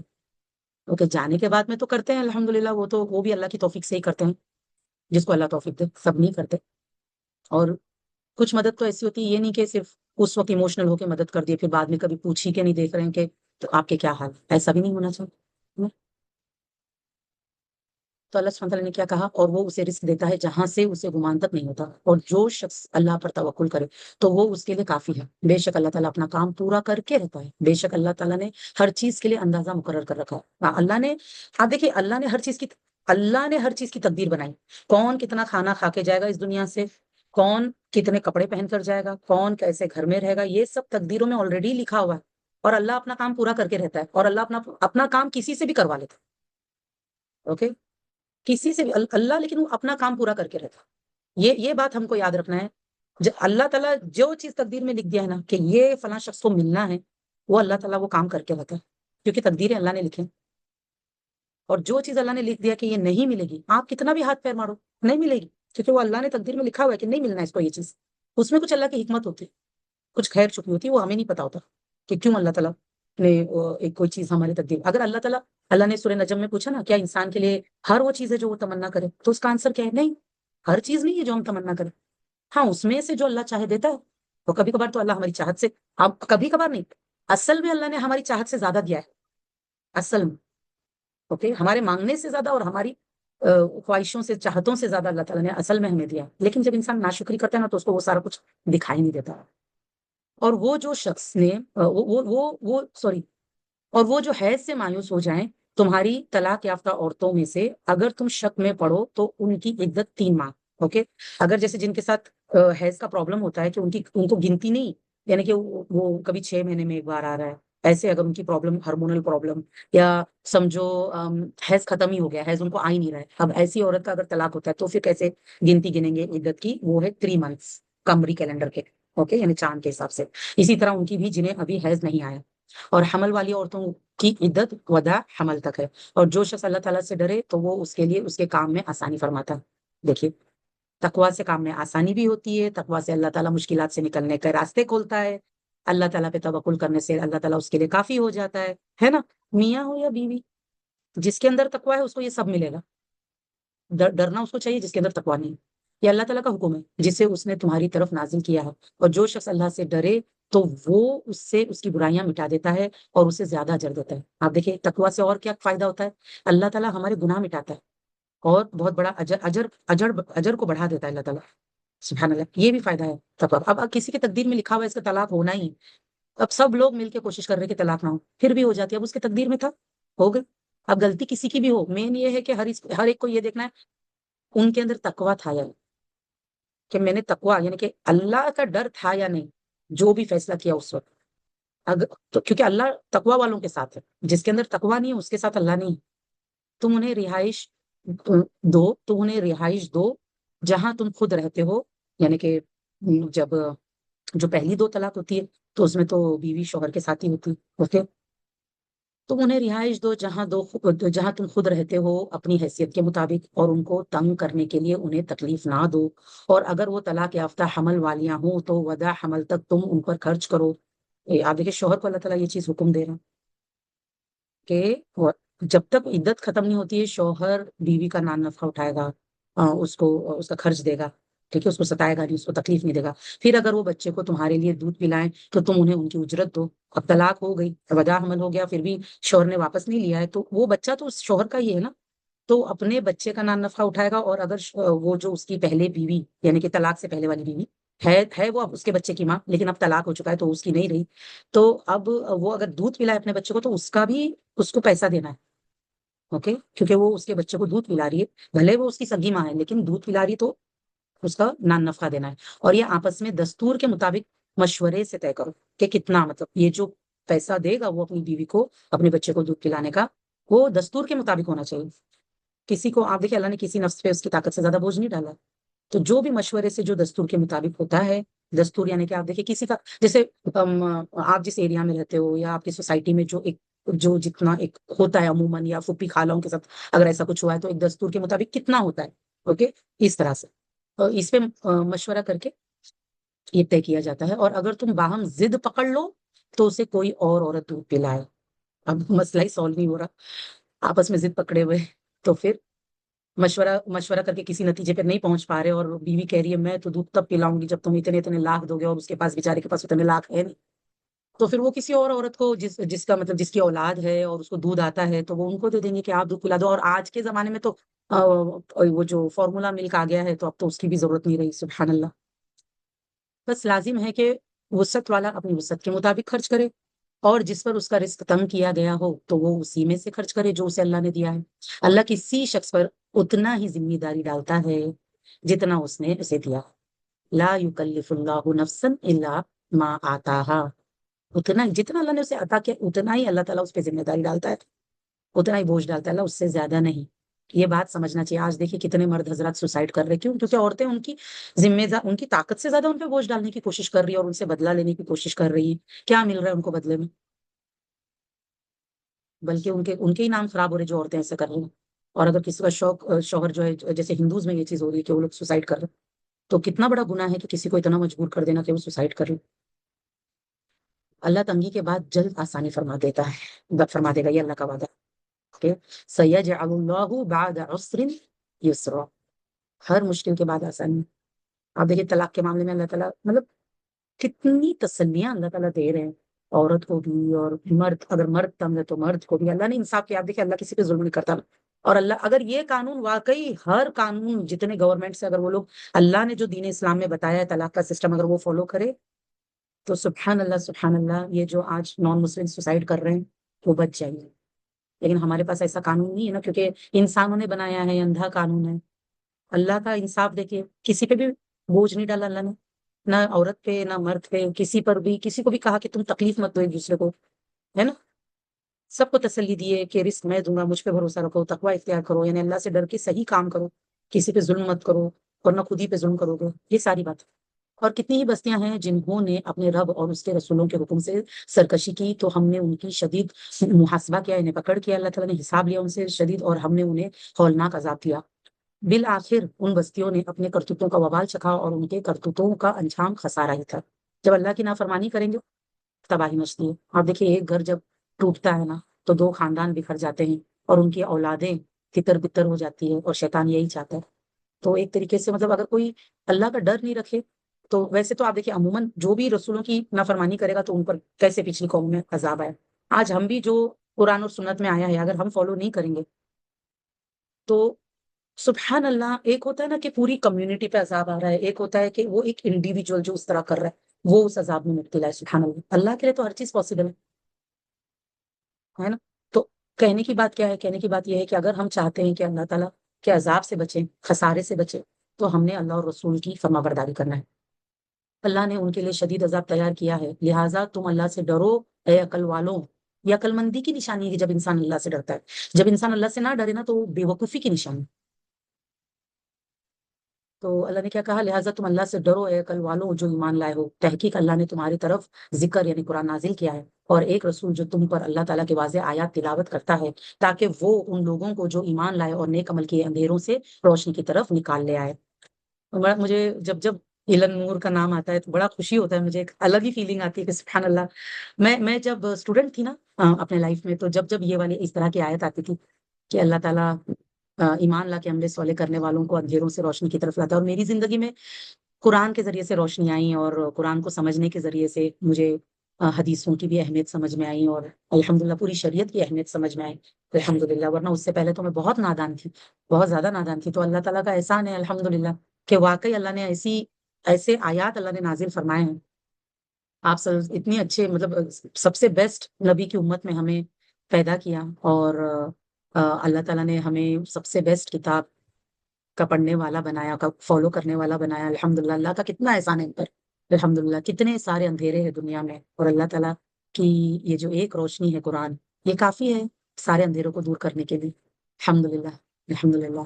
تو اللہ تعالیٰ آپ دیکھیں جو بھی ایمان لائے نا، یہ ایمان کیا ہے؟ یقین کی بات ہے کہ ہمارا یقین اللہ کے ہر وعدوں پر اور ہر وعیدوں پر، اور اپنا نفع نقصان سمجھنا کہ کس چیز میں میرا فائدہ ہے اور کس چیز میں میرا نقصان ہے۔ قرآن اور سنت کی روشنی میں انسان اندھیروں سے نکل کر روشنی کی طرف آ جاتا ہے، اللہ تعالیٰ اسے نکال کر لے کر آتا ہے. اور جو شخص اللہ پر ایمان لائے اور نیک عمل کرے وہ اسے ان جنتوں میں داخل کرے گا جن کے نیچے نہریں جاری ہے، وہ ان میں ہمیشہ رہیں گے ابداً ابد تک. اللہ نے اسے خوب رزق دیا ہے. تو سبحان اللہ، بہت اچھا رزق ہے اللہ تعالیٰ. آپ دیکھیے ہمیشہ کا رزق، دنیا کا رزق تو موت کے ساتھ ختم ہو جاتا ہے نا، لیکن وہ جو ہمیشہ کی زندگی ہے وہ اس کے لیے اتنا اچھا رزق اللہ نے جنت میں تیار کر کے رکھا ہے الحمدللہ. تو آپ دیکھیے سبحان اللہ، کل کی ایک آیت آئی تھی جہاں پر آگ والے اور باغ والوں کی کمپیریزن کی گئی تھی، اور واقعی کل کی آیتوں سے وہی احساس ہو رہا تھا کہ نہیں، باغ والے بننا ہے، باغ والے بننا ہے. اللہ ہمیں آگ والوں میں سے نہ بنائے، اللہ باغ والوں میں سے بنائے، ہے نا. آمین یا رب. اللہ وہ ذات ہے جس نے 7 آسمان پیدا کیے، اتنی بڑی اللہ تعالیٰ کی ذات جو اتنی بڑی ہے وہ ہمیں یہ سارے احکام بتا رہا ہے ہماری بھلائی کے لیے. تو بے وقوفی ہوگا وہ شخص جو اللہ کی بات کو چھوڑ کر کہیں اور چلے. مجھے کل ایک خاتون سے میری رات کو بات ہو رہی تھی، تو انہوں نے اتنی پیاری بات کہی. انہوں نے کہا کہ میں نا اللہ کی باتوں پر عمل کرنے کے لیے اپنا عقل نہیں چلاتی ہوں، میں بس آنکھ بند کر کے، ان کو اتنا بھروسہ اور یقین ہے، وہ کہتی ہیں کہ بس میں اللہ نے جو بولا ہے میں وہ کرتی ہوں، تو الحمدللہ اللہ میرے لیے اتنی آسانیاں کر رہا ہے، میرے لیے اتنا راستے کھول رہا ہے. اور یقین جانے وہ خاتون 1 سال پہلے اتنی ڈپریشن میں تھے کہ میں بتا نہیں سکتی سبحان اللہ. کہ وہ جب انہیں پتا چلا کہ میں سعودی میں ہوں تو وہ مجھے فیس نہیں کرنا چاہتے تھے، اس لیے وہ مجھ سے ملنے نہیں آ رہے تھے. اور اچانک سے ہم جہاں پہ ہفتے کا سامان لینے جاتے ہیں تو وہاں پر وہ مجھے مل گئے سبحان اللہ. اور ماشاء اللہ تبارک اللہ 1 سال کے بعد میں قرآن سے جڑ کر جو خیر جو بھلائی زندگی میں آتی ہے، آپ دیکھیے کس طرح سے اندھیروں سے اللہ تعالیٰ روشنی میں لے کر آتا ہے. اور لیکن وہ یقین انسان کے اندر ہونا چاہیے کہ ہاں اللہ نے جو کہا ہے میرے لیے وہ بیسٹ ہے، اور اس پر عمل، جب وہ یقین آئے گا تو پھر اللہ کی توفیق سے عمل بھی آئے گا، ہے نا. کہ دل چاہے یا نہ چاہے، سمجھ آئے یا نہیں آئے، میں نے اللہ کی فرما برداری کرنا. تو ہم دیکھو آپ کتنی زندگی آسان تھی اور کبھی پچھتاوا نہیں ہوگا. اللہ وہ ذات ہے جس نے 7 آسمان پیدا کیے اور زمینیں بھی ان 7 آسمانوں کی مثل، ان کے درمیان اس کا حکم نازل ہوتا ہے ہر روز. آپ دیکھیں ہر روز اللہ تعالیٰ کے ہر روز ہر پل حکم نازل ہوتے ہیں تاکہ تم جان لو کہ بلا شبہ اللہ تعالیٰ ہر چیز پر خوب قادر. اور تقدیر اللہ نے لکھی نا، اللہ قادر ہے. اور بلا شبہ اللہ نے اپنے علم سے ہر شے کو احاطہ کر رکھا ہے. اللہ جانتا ہے ہر چیز کے بارے میں، اور ہر چیز پر اللہ تعالیٰ قادر ہے. راجا کو رنک بنانے میں، رنک کو راجا بنانے میں. اب دیکھیے کتنی عورتیں ہوتی ہیں جب ان کے شوہر ان کے ساتھ ہوتے ہیں ان کی ویلیو نہیں کرتی، اتنا نخرے کرتی ہیں، اپنے آپ کو اتنی بڑی چیز سمجھتی ہے کہ پھر جب تنگ آ کر شوہر چھوڑ دیتا ہے پھر اس کے بعد میں پچھتاتی ہیں کہ میں نے کیا کیا. لیکن تب تک بہت دیر ہو چکی ہوتی. اور کچھ لوگوں کو تو پتہ نہیں، اللہ حفاظت کرے، پوری زندگی عقل نہیں ہے. اللہ حفاظت کرے ایسے لوگوں کی، وہ پوری زندگی اندھیروں میں پڑے رہتے. وجہ کیا؟ کیونکہ کبھی قرآن اور سنت سے جڑے ہیں. سورہ تحریم بسم اللہ الرحمن الرحیم. اے نبی صلی اللہ علیہ وسلم، آپ حرام کیوں ٹھہراتے ہو جو اللہ نے آپ کے لیے حلال کیا ہے. یہ واقعہ جو ہوا اس کا پس منظر ہے کہ امہات المومنین میں سے حضرت عائشہ اور حضرت حفصہ رضی اللہ عنہ، یہ دونوں تھیں کہ جنہوں نے آپس میں ڈیسائیڈ کیا تھا کہ آپ صلی اللہ علیہ وسلم اپنی ایک زوجہ کے پاس نا تھوڑا زیادہ دیر اسپینڈ کرتے تھے. اس کی وجہ یہ تھی کہ وہ ان کو شہد دیتے تھے، تو وہ لینے میں ان کو تھوڑا ٹائم ہو جاتا تھا. تو ان دونوں نے آپس میں ڈیسائیڈ کیا کہ ہم نا جب آپ صلی اللہ علیہ وسلم آئیں گے وہ شہد لے کر، تو ہم آپ صلی اللہ علیہ وسلم کو بولیں گے کہ ہمیں آپ کے منہ سے بدبو آ رہی. سبحان اللہ. اس طرح سے ایسا مفہوم آتا ہے اس واقعے کا کہ ایسا ہوا کہ ان کی وہ پلاننگ تھی. تو جب انہوں نے ایسے کیا تو آپ صلی اللہ علیہ وسلم کو نہیں پتا تھا ان کے کہ وہ پیچھے سے بیویوں نے اس طرح کی پلاننگ کی ہے، اس لیے وہ ایسا کہہ رہی ہیں. تو انہوں نے کہا کہ اچھا، انہوں نے اپنے اوپر نا مطلب میں شہد کو آئندہ سے کبھی شہد نہیں پیوں گا. سبحان اللہ. تو اللہ نے فوراً آیت نازل فرمائی کہ آپ حرام کیوں ٹھہراتے ہیں جو اللہ نے آپ کے لیے حلال کیا ہے. اللہ نے اجازت نہیں دی، کیونکہ آپ دیکھیں شہد میں اللہ نے شفا رکھا ہے. اور یہ اللہ نے ایک جنرل رول بتا دیا کہ جس چیز کو اللہ حلال کر دے یا اللہ حرام کر دے کسی چیز کو، تو نبی کو بھی اختیار نہیں کہ اللہ کے حلال کو حرام کرے یا اللہ کے حرام کو حلال کرے. نبی کو بھی اختیار نہیں. سبحان اللہ. اللہ نے فوراً آیت نازل فرمایا اور کہا کہ آپ حرام کیوں ٹھہراتے ہیں جو اللہ نے آپ کے لیے حلال کیا ہے. بڑے پیار سے اللہ نے بہت پیار سے سمجھایا آپ سب کو. آپ اپنے بیویوں کی رضامندی چاہتے ہیں، ان کی خوشی کے لیے آپ یہ کر رہے ہیں. اور اللہ خوب بخشنے والا، بہت رحم کرنے والا ہے. آپ دیکھیں اللہ تعالیٰ یہاں پہ غفور الرحیم کی صفت بتا رہے ہیں کہ ٹھیک ہے بشری تقاضے سے ہو گیا، آپ اپنی اصلاح کر لو اللہ معاف کر دے گا، توبہ کر لو اللہ معاف کر دے گا. تحقیق اللہ نے تمہارے لیے تمہارے ناجائز قسمیں کھولنا یعنی توڑنا فرض کر دیا. مطلب ایسی کوئی قسم جب انسان کھا لے جس کا توڑنے میں فائدہ ہے، تو اللہ نے بتا دیا نا کہ قسم توڑنے کا کفارہ کیا ہے نا. کہ جس میں 10 مسکین کو کھانا کھلانا ہے یا ان کو کپڑے پہنانا ہے یا 15 دن کے روزے رکھنا ہے مسلسل، سبحان اللہ، تو اللہ نے بتا دیا ہے۔ تو ایسی کوئی قسم اگر تم انجانے انجانے میں کھا لو جس سے بعد میں پتہ ریئلائز ہوا کہ یہ تو نقصان والا سودا ہے، تو قسم توڑ کے اس کا کفارہ دو، اور اللہ تعالیٰ تمہارا مولا ہے۔ اللہ کیا بتانے، دیکھو اللہ تمہارا مولا ہے، آپ سب کو بتا رہے، اور وہ خوب جاننے والا، خوب حکمت والا ہے۔ اور جب نبی صلی اللہ علیہ وسلم نے اپنی بیویوں میں سے کسی ایک سے ایک بات چھپا کر کہی، یعنی کہ کوئی ایک چیز تھی کہ جو آپ صلی اللہ علیہ وسلم نے چھپا کر ایک بیوی سے کہی تھی، پھر جب اس نے دوسری کو وہ بتا دی اور اللہ نے وہ گفتگو اس نبی صلی اللہ علیہ وسلم پر ظاہر کر دی کہ ان کی کیا پلاننگ ہے، اوکے، حضرت افسا کو بتا دیا تھا، حضرت عائشہ رضی اللہ عنہا، تو اب آپ صلی اللہ علیہ وسلم کو تو وحی کے ذریعے سے اللہ نے بتا دیا کہ ان کا آپس میں کیا پلاننگ ہوا ہے، تو اس نے اس میں سے کچھ اس بیویوں کو جتائی اور کچھ ٹال دی، مطلب پھر آپ صلی اللہ علیہ وسلم نے مطلب بتایا ان کو کہ مجھے پتا چل گیا کہ ایسے ایسے، اور درگزر سے بھی کام لے۔ پھر جب اس نبی صلی اللہ علیہ وسلم نے اسے وہ بات بتائی تو وہ کہنے لگی آپ کو یہ کس نے بتایا؟ اس نبی صلی اللہ علیہ وسلم نے فرمایا مجھے خوب جاننے والے بہت باخبر اللہ نے خبر دی، اگر تم دونوں اللہ سے توبہ کرتی ہو تو بہتر ہے، بس تمہارے دل حق سے ہٹ گئے ہیں، اور اگر تم دونوں اس نبی صلی اللہ علیہ وسلم کے خلاف ایک دوسرے کی مدد کرو گی تو اللہ تعالیٰ خود اس کا مددگار ہے، اور جبرائیل علیہ السلام اور تمام نیک مومن اور ان کے علاوہ تمام فرشتے بھی مددگار ہیں۔ آپ دیکھیے سبحان اللہ، آپ دیکھیے سوتنوں میں آپس میں اس طرح کی فرکشن ہونا یہ کامن ہے، کیونکہ سبحان اللہ آپ دیکھیے کوئی آسان بات نہیں تھی نبی صلی اللہ علیہ وسلم کی بیویوں کے لیے، یعنی امہات المومنین کے لیے، کیونکہ وہ بھی انسان ہیں، تو ان کو ایک دوسرے سے تھوڑا سا اگر آپ سے کسی کے ساتھ زیادہ ٹائم سپینڈ کرے تو جلن ہونا، یہ سب ایک بشری تقاضے سے نارمل چیز ہے کہ جو ہو جاتی ہے، حالانکہ ہونا نہیں چاہیے۔ ہم سوچتے کہ نیک ہے مطلب ایسا کچھ ہونا ہی نہیں چاہیے نیک کے دل میں، لیکن آپ دیکھیں وہ لوگ تو بہت نیک تھے، پھر بھی ایسا ہو گیا ان سے، اوکے، تو اللہ نے ان کو توبہ کی دعوت دی، اصلاح کی دعوت دی، اور ساتھ میں ان کو یہ بھی احساس دلایا ایک طریقے سے، مطلب بہتر ہے کہ تم توبہ کر لو، لیکن اگر تم وہی غلطیاں ریپیٹ کرتے رہو گے تو یہ بات یاد رکھو کہ اللہ تعالیٰ آپ سے کا دوست ہے، اور سارے مسلمان اور فرشتے بھی سب سبحان اللہ، اور خاص کر جبرائیل علیہ السلام تو فرشتوں کے سردار سبحان اللہ۔ تو یہ چیز آپ دیکھیں ہمارے لیے جب جو نیک لوگ ہوتے ہیں، جیسے نیک شوہر ہے، نیک شوہر کے بارے میں تو آتا ہے حدیث مفہوم میں کہ اگر اس کی بیوی اسے ستاتی ہے تو اس کی وہ بیوی جو جنت میں وہ حور ہے نا، جو وہ بدعا کرتی ہے اس دنیا کی بیوی کے لیے کہ تو اسے مت ستا، وہ میرے پاس تھوڑے دن میں آنے والا ہے، وہ بدعا کرتی ہے اس عورت کے لیے جو اس کے شوہر کو دنیا میں ستا رہی ہوتی ہے، وہ حور، سبحان اللہ، یہ بھی حدیث کے مفہوم میں آتا ہے۔ تو کہنے کی بات یہ دیکھیے آپ صلی اللہ علیہ وسلم کو اتنی سی جو تکلیف ہوئی، اللہ تعالیٰ نے کس طرح سے مطلب امہات المومنین کو سمجھایا کہ تم توبہ کر لو اور آئندہ ایسا مطلب نہیں کرنا۔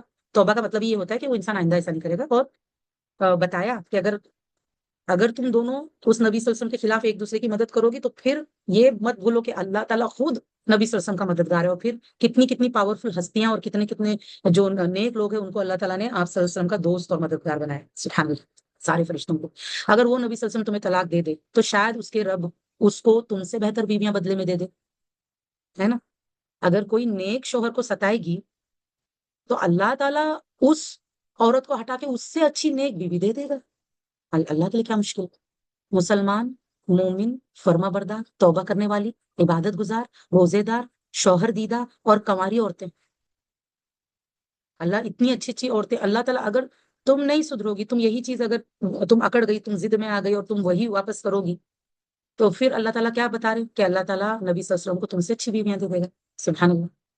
اور ہمارے لیے آپ دیکھیے اللہ تعالیٰ نے یہ ساری آیتیں، نبی صلی اللہ علیہ وسلم نے یہ ساری آیتیں پڑھ کے سنائے، اور آج ہم قرآن میں پڑھتے ہیں، کیونکہ اس میں ہمارے لیے سبق ہے، آپ صلی اللہ علیہ وسلم کی امت کے لیے سبق ہے، شوہروں کے لیے بھی۔ ابھی سورہ طلاق میں جیسے میاں بیوی کا آیا، اب یہاں پہ بھی آ رہا ہے کہ دیکھو میاں بیوی نے آپس میں بہت سمجھ کے رہنا ہے، ایک دوسرے کو سپورٹ کرنا، ایک دوسرے کے خلاف سپورٹ نہیں کرنا، یہ بات یاد رکھو۔ کوئی بھی پرابلم آئی ایک دوسرے کے ساتھ مل کے اس پرابلم کو سالو کرو، لیکن ایک دوسرے کے خلاف مت ہو جاؤ، کیونکہ اگر ہم ایک دوسرے کے خلاف ہوں گے تو اگر وہ شوہر نیک ہے، اللہ تعالیٰ اس بیوی کو ہٹا کر اس سے اچھی بیوی جو مسلمان ہوگی، مومن ہوگی، واقعی مسلمان، واقعی مومن، ٹھیک ہے نا؟ آج کے زمانے میں تو ہم مسلمان مومن اپنے آپ کو بلانے کے لیے بھی سبحان اللہ، مطلب ہم کو ایسا لگتا ہے ہم کہاں کھڑے ہیں کہ واقعی کیا ہم مسلمان اور مومن ہونے کا حق ادا کر رہے ہیں؟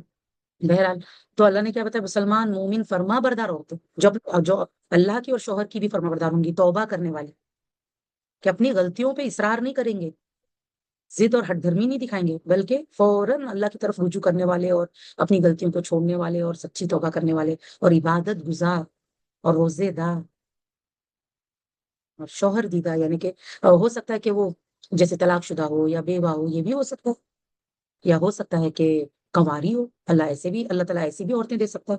سبحان اللہ۔ اے ایمان والوں، تم خود کو اور اپنے اہل و عیال کو اس آگ سے بچاؤ جس کا ایندھن لوگ اور پتھر ہے۔ یہاں پہ اللہ نے بیسکلی گھر کے قوام یعنی مرد کو یہ حکم دیا ہے، ویسے ہم میں سے ہر ایک کی ذمہ دار ہے، لیکن آپ یہ جب اللہ نے کہا نا کہ تم اپنے آپ کو اور اپنے گھر والوں کو آگ سے بچاؤ، تو اصل اگر کوئی خیر خواہ ہے، اصل کوئی واقعی نیک انسان ہے نا، تو وہ یہ شخص ہے جو خود کو بھی آگ سے بچانے کی فکر کرتا ہے اور اپنے گھر والوں سے، ہے نا، کہ جو عورتیں ہیں اس کی گھر کی، ان کو نماز پڑھنے کا حکم دیتا ہے، ان کو شکر گزاری کا حکم دیتا ہے، ان کو پردے کا حکم دیتا ہے، دیوس نہیں بنا پھرتا کہ اسے پرواہ ہی نہیں ہے کہ اس کی گھر کی عورتیں نمازیں نہیں پڑھ رہی ہے اور پردہ نہیں کر رہی ہے اور دور جاہلیت کی طرح کے کام کر رہی ہوں اور وہ پرواہ نہ کرے، وہ دیوس ہوتا ہے ایسا شخص۔ سبحان اللہ۔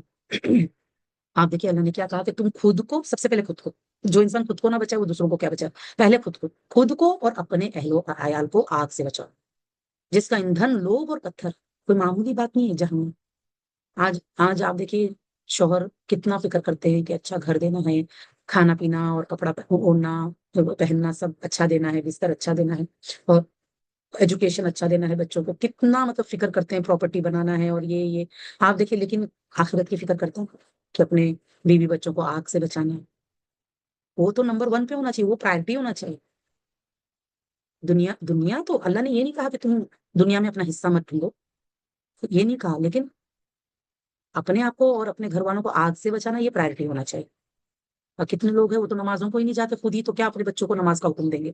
پھر بوڑھے ہونے کے بعد میں نمازوں کو جاتے اور پھر کہتے بچوں کو کہ نماز پڑھو، تو بچے کہتے تم نے اپنی جوانی میں کہاں پڑھا، ایسا ہو جاتا ہے۔ تو آپ دیکھیے سبحان اللہ، بات یہ ہے کہ اللہ سبحانہ تعالیٰ نے جو بتایا کہ دیکھو جہنم کوئی معمولی جگہ نہیں، نہ تمہارے لیے نہ تمہارے گھر والوں کے لیے، جن کو تم اتنا پیار کرتے ہو، اتنی محبت کرتے ہو، ان کے لیے اتنی محنت کرتے ہو، تو یہ بھی محنت کرو کہ ان کو آگ سے بچانا ہے، اوکے، جس کا ایندھن لوگ اور پتھر ہے، اس پر تند مزاج اور سخت گیر فرشتے مقرر جو عذاب دیتے، اوکے، عذاب کے فرشتے۔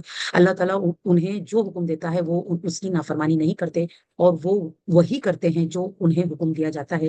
اے کفر کرنے والوں، تم آج عذر پیش نہ کرو، یقیناً تمہیں وہی بدلہ دیا جائے گا جو تم عمل کرتے تھے۔ اے ایمان والوں، تم اللہ تعالیٰ کے حضور خالص توبہ کرو۔ اللہ نے پورے ایمان والوں کو حکم دیا کہ تم اللہ کے آگے سچی توبہ کرو، توبتن نصوحا کرو، اوکے، وہ توبہ جو تمہارے لیے خیر بن جائے، برائیوں سے نجات بن جائے، ہے نا، کہ خالص توبہ، سچی توبہ، شاید تمہارا رب تم سے تمہاری برائیاں دور کر دے اور تمہیں ایسی جنتوں میں داخل کرے جن کے نیچے نہریں جاری ہے۔ اس دن جب اللہ تعالیٰ نبی کو اور اس کے ساتھ ایمان لانے والوں کو رسوا نہیں کرے گا، ان کا نور ان کے آگے اور ان کے دائیں دوڑتا ہوگا، وہ کہیں گے ربنا اتمم لنا نورنا واغفر لنا انک علی کل شیء قدیر۔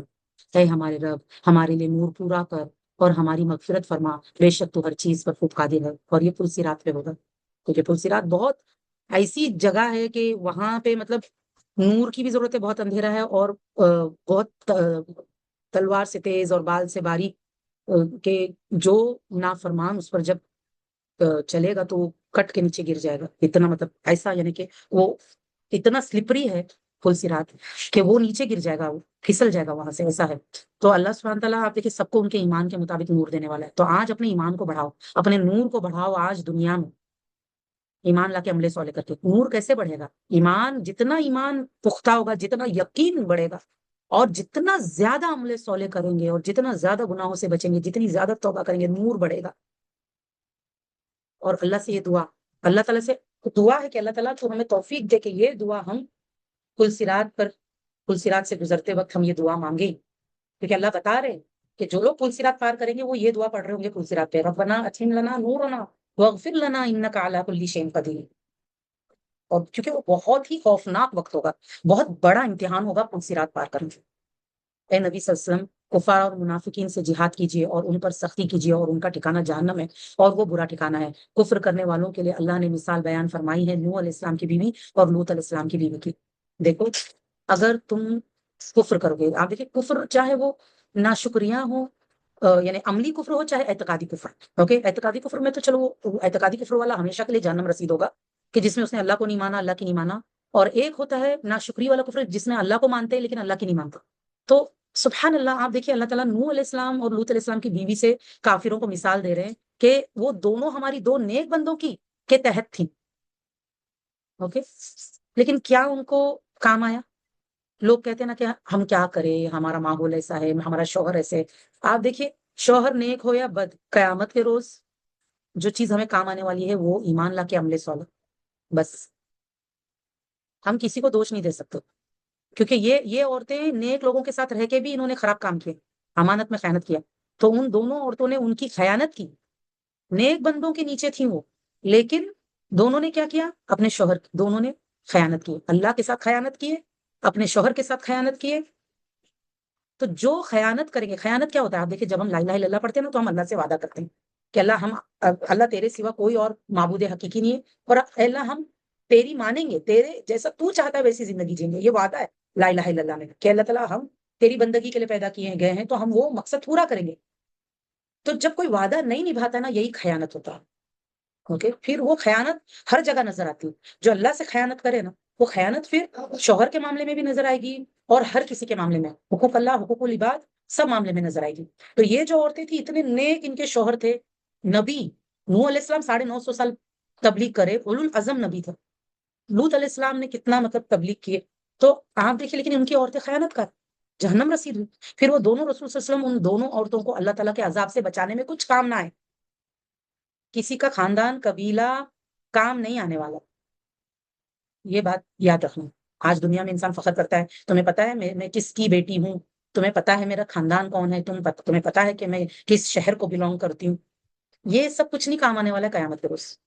اگر انسان خیانت کرے گا تو آپ کا نام، عہدہ، خاندان کچھ نہیں بچا سکتا. اور ان سے کہا گیا تم دونوں دوزخ میں داخل ہو جاؤ، داخل ہونے والوں کے ساتھ. سبحان اللہ. اللہ ہمیں ان میں سے نہ بنائے، کیونکہ اللہ نے کافروں کے لیے ان کی مثال دی ہے، اور اللہ نے اہل ایمان کے لیے فرعون کی بیوی حضرت آسیہ کی مثال بیان کی. جب اس نے کہا اے میرے رب، میرے لیے اپنے یہاں جنت میں ایک گھر بنا. آپ دیکھو سپر پاور بادشاہ کی رانی ہے، محل میں رہتی ہیں، لیکن انہوں نے اس محل کو ٹکرا دیا ایمان لانے کے خاطر. اپنے شوہر کی ظلم زیادتی سہی، لیکن ان کو اللہ سے محبت تھی، اللہ کا ڈر تھا کہ وہ اپنے شوہر سے نہیں ڈری. اللہ کی محبت میں وہ اپنے شوہر سے نہیں ڈری. ان کے شوہر نے ان کو کیل ٹھوک دیے دونوں ہاتھوں میں پیروں میں ایمان لانے پر. جب وہ موسیٰ علیہ السلام پر ایمان لے تو فرعون نے کیل ٹھوک دیا حضرت آسیہ کو، اور اوپر سے اس نے کہ تم جو ہے کیسے تم ایمان لا سکتی ہو کہہ کر اوپر سے اتنا بڑا پتھر ان کے اوپر گرایا. تو انہوں نے کہتے ہیں کہ اس موقع پر جب ایسا ان کے ساتھ ہو رہا تھا، انہوں نے اللہ کو پکارا کہ رب ابنی لی عندک بیتا فی الجنہ ونجنی من فرعون وعملہ. مجھے فرعون اور اس کے عمل سے نجات دے، اس کے شر سے. کہتے ہیں کہ مطلب آپ دیکھیں نا کس کا شوہر فرعون جتنا ظالم ہوگا. ایسے دیکھیے کبھی کبھار نیک شوہر کو خیانت والی بیویاں ملتی، کبھی کبھار ایسے ظالم شوہر کو نیک بیوی مل جاتی. لیکن اصل بات کیا ہے؟ جو دنیا میں اللہ کو راضی کرنے میں کامیاب ہو گیا، اللہ تعالیٰ کے پاس جنت پائے گا بس. تو انہوں نے، آپ دیکھیے حضرت آسیہ کی دعا اللہ کو کتنی پسند ہے، اور اللہ نے ان کو نجات دی ہے فرعون سے. اور میں ان کے واقعے کو پڑھ رہی تھی تو سبحان اللہ اس میں آیا تھا کہ جب انہوں نے یہ دعا مانگے تو وہ پتھر ان کے اوپر گرنے سے پہلے ہی اللہ نے ان کی روح قبض کر لی تاکہ ان کو تکلیف ہو. سبحان اللہ. ایسی نجات اللہ نے ان کو تھا. اور مجھے ظالم قوم سے نجات دے انہوں نے مانگا کہ مجھے ظالم قوم سے نجات، اپنے شوہر سے نجات مانگی ہوں. اس کے عمل، شوہر کے جو اس کا جو ظلم تھا، اور جو پوری ظالم قوم ہی ظالم ہو چکی تھی. تو کتنی پیاری ان کو، آپ دیکھیں ان کو اپنے رب کے پاس جنت میں گھر چاہیے تھا، دنیا کے گھر سے ان کو کوئی نہیں وہ تھا. آج ہم دنیا کے گھر کے خاطر جنت کے گھر کو ٹکراتے ہیں. اتنے نادان ہو گئے، دنیا دار ہو گئے کتنے عورتیں ان کو. سبحان اللہ. وہ 4 پیسوں کے لیے اور وہ 4 دیواروں کی چھت کے لیے اللہ کو بھول جانا بہت بڑی بے وقوفی. لیکن آپ دیکھیں ایمان والوں کے لیے اللہ نے حضرت آسیہ کی مثال دی، اور مثال بیان فرمائی مریم بنت عمران کی. حضرت مریم جو موسیٰ علیہ السلام کی والدہ ہے، جس نے اپنی عصمت کی حفاظت کی، یعنی اپنی عزت کی انہوں نے حفاظت کی، اپنے پاک دامنی کی حفاظت کی. تو ان کے ابا نہیں تھے، کوئی ان کی حفاظت کرنے والا بھائی نہیں، کوئی ہے نا، لیکن وہ خود ہیکل میں ہے، پردے میں اللہ کی عبادت کر رہے ہیں، لیکن اپنے دامن کو کی حفاظت کا انہوں نے خیال رکھا. آج دیکھو لڑکیاں بوائے فرینڈ بنا رہی ہیں اور لڑکوں کے ساتھ چیٹنگ کر رہی ہیں، کچھ بھی ان کو فکر نہیں ہے کہ اللہ کے پاس جائیں گی کیا بنے گا، کیا منہ دکھائیں گے اللہ تعالیٰ کو. اور آج ایکسٹرا میریٹل افیئرس دیکھو، مطلب ان سب چیزوں کو ایسا بنا دیا گیا ہے کہ کامن، سب تو کرتے ہیں، کیا بڑی بات ہے؟ اللہ کے نزدیک بہت بڑی بات ہے. جتنا بڑا گناہ ہے اگر ایک انسان اس گناہ سے بچتا ہے اور اپنی پاک دامنی کی حفاظت کرتا ہے تو اتنی بڑی نیکی ہے کہ اللہ نے تعریف فرمائی حضرت مریم کی کہ انہوں نے کیا کیا، اپنی عصمت کی حفاظت کی. تو ہم نے ان کی عصمت کی حفاظت کی وجہ سے اللہ نے ان کو چنا، تو ہم نے اس کے گریبان میں اپنی روح پھونکی اور اس نے اپنے رب کے کلمات اور اس کی کتابوں کی تصدیق کی. آپ دیکھیے حضرت مریم کیسے تھے، اللہ نے ان کو حکم دیا کہ تمہیں چن لیا، تم نے اللہ کا یہ کام جو اللہ نے تم سے لینا ہے یہ تم نے کرنا ہے، چاہے دنیا تمہیں کتنا بھی کچھ بھی بولے برا بھلا، لیکن اللہ نے تمہیں چنا ہے. انہوں نے فرما برداری کی اللہ کی کہ اللہ تو مجھ سے کام لے رہا ہے، تو نے مجھے چنا ہے، میں تیرے آگے سر تسلیم خم کرتی. کتنا مشکل وہ کام تھا کہ بغیر باپ کی اولاد ہوئی لوگ ایک عورت کے اوپر کیسی کیسی باتیں کرتے ہیں. اگر کوئی اس طرح سے بغیر شادی کے پریگننٹ ہو جائے تو کتنی بڑی بات ہوتی ہے معاشرے میں، اور کتنا اس عورت کو برا بھلا کہا جاتا ہے اور کتنی بری نظر سے اس کو دیکھا جاتا ہے.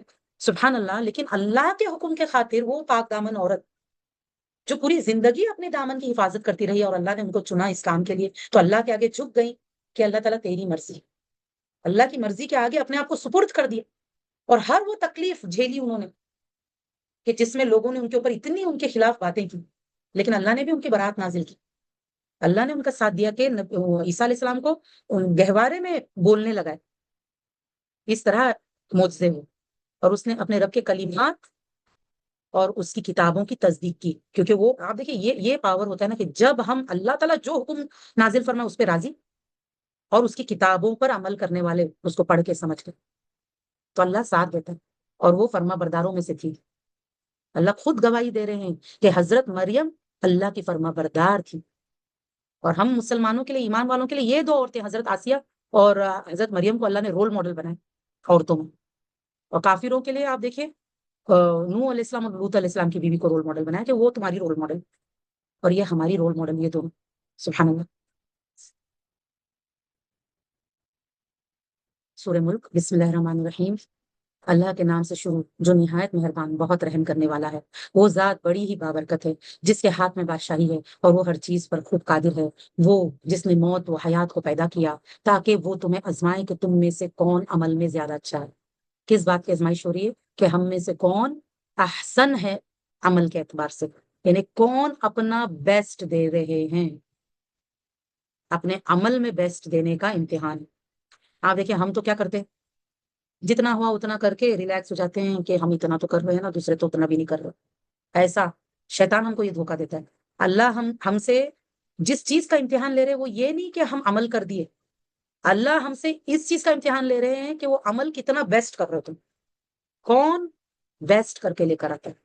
یہ امتحان کہ اللہ نے موت اور حیات کو پیدا کیا تاکہ وہ تمہیں آزمائے کہ تم میں سے کون عمل میں زیادہ اچھا ہے. اور وہ زبردست ہے، خوب بخشنے والا ہے. وہ جس نے 7 آسمان اوپر نیچے پیدا کیے. اے انسان تو رحمان کی تخلیق میں کوئی فرق نہیں دیکھے گا، پھر نگاہ ڈال، کیا تو کوئی دراڑ دیکھتا ہے؟ ہاں دیکھیے اللہ کی تخلیق ایک دم پرفیکٹ ہے کیونکہ اللہ پرفیکٹ ہے.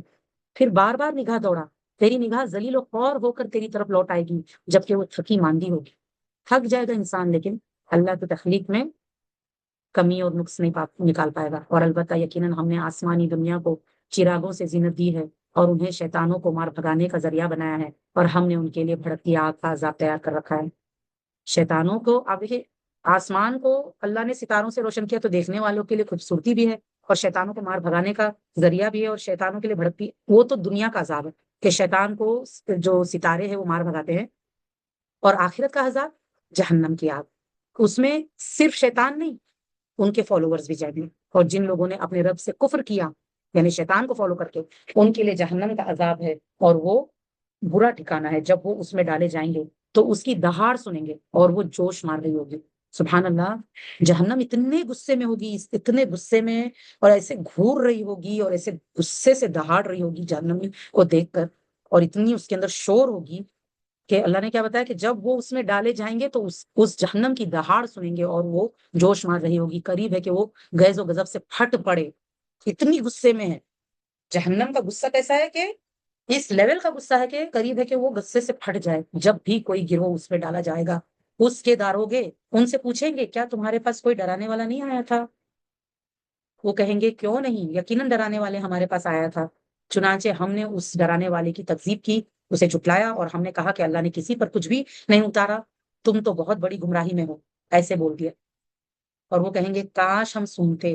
آپ دیکھیں سب سے کم ایفرٹ، سب سے کم طاقت اگر کسی چیز میں لگانی پڑتی ہے تو وہ سننا، کیونکہ انسان نہ بھی چاہے نا تو اس کے کانوں میں بات جاتی ہے نا، اس کے لیے اسے طاقت نہیں لگانی پڑتی، کانوں میں بات جاتی۔ تو آپ دیکھیں قیامت کے روز جہنمی جہنم میں جانے کے بعد میں اس بات پر پچھتائیں گے کاش ہم سنتے، سنتے تو صحیح۔ سمجھنے کے لیے انسان کی نیت ہونا چاہیے کہ مجھے سمجھنا ہے، کیونکہ اس میں اگر میرے فائدے کی بات ہے تو میں نے لینا ہے، اگر اس میں مجھے کسی نقصان سے روکا جا رہا ہے تو میں نے لینا ہے، اپنے آپ کو نقصان سے بچانا ہے، اس کے خاطر خود کے لیے تو سنتے یا سمجھتے، یعنی عقل سے کام لیتے۔ اللہ نے کان اور عقل کیوں دیا ہے؟ تو ہم دوزخ والوں میں نہ ہوتے، پھر وہ اپنے گناہوں کا اعتراف کریں گے۔ چنانچہ دوزخ والوں پر لعنت ہے، بے شک جو لوگ اپنے رب سے بن دیکھے ڈرتے ہیں ان کے لیے مغفرت اور بہت بڑا اجر ہے۔ تو مغفرت اور اجر کس کے لیے؟ سب کے لیے نہیں، جو اللہ سے ڈرتے ہیں ان کے لیے، بن دیکھے ڈرنے والے۔ اور تم اپنی بات چھپا کر کہو یا اسے پکار کر کہو، بے شک وہ سینوں کے بھید خوب جانتا ہے، بھلا وہ نہ جانے گا جس نے سب کو پیدا کیا۔ ایک ماں اپنے بچے کو اتنا پہچانتی ہے تو وہ رب جو خالق ہے جس نے ہر ایک کو پیدا کیا، کیا اس کو نہیں پتا ہوگا ہم کیا ہے اور کیسے ہیں؟ بھلا وہ نہ جانے گا جس نے سب کو پیدا کیا۔ ہم اور وہی باریک بین اور بہت باخبر ہے، اتنا تو ماں بھی نہیں جانتی، اتنا تو خود ہم اپنے آپ کو نہیں جانتے جتنا اللہ ہمیں جانتا ہے۔ وہی ہے جس نے زمین کو تمہارے تابع کر دیا، لہٰذا تم اس کی راہوں میں چلو اور اس اللہ تعالیٰ کے رزق میں سے کھاؤ اور اسی کی طرف جی اٹھنا ہے۔ کیا تم اس اللہ سے بے خوف ہو گئے ہو جو آسمان میں ہے؟ اللہ کہاں ہے؟ اللہ آسمان میں، عرش کے اوپر مستوی ہے۔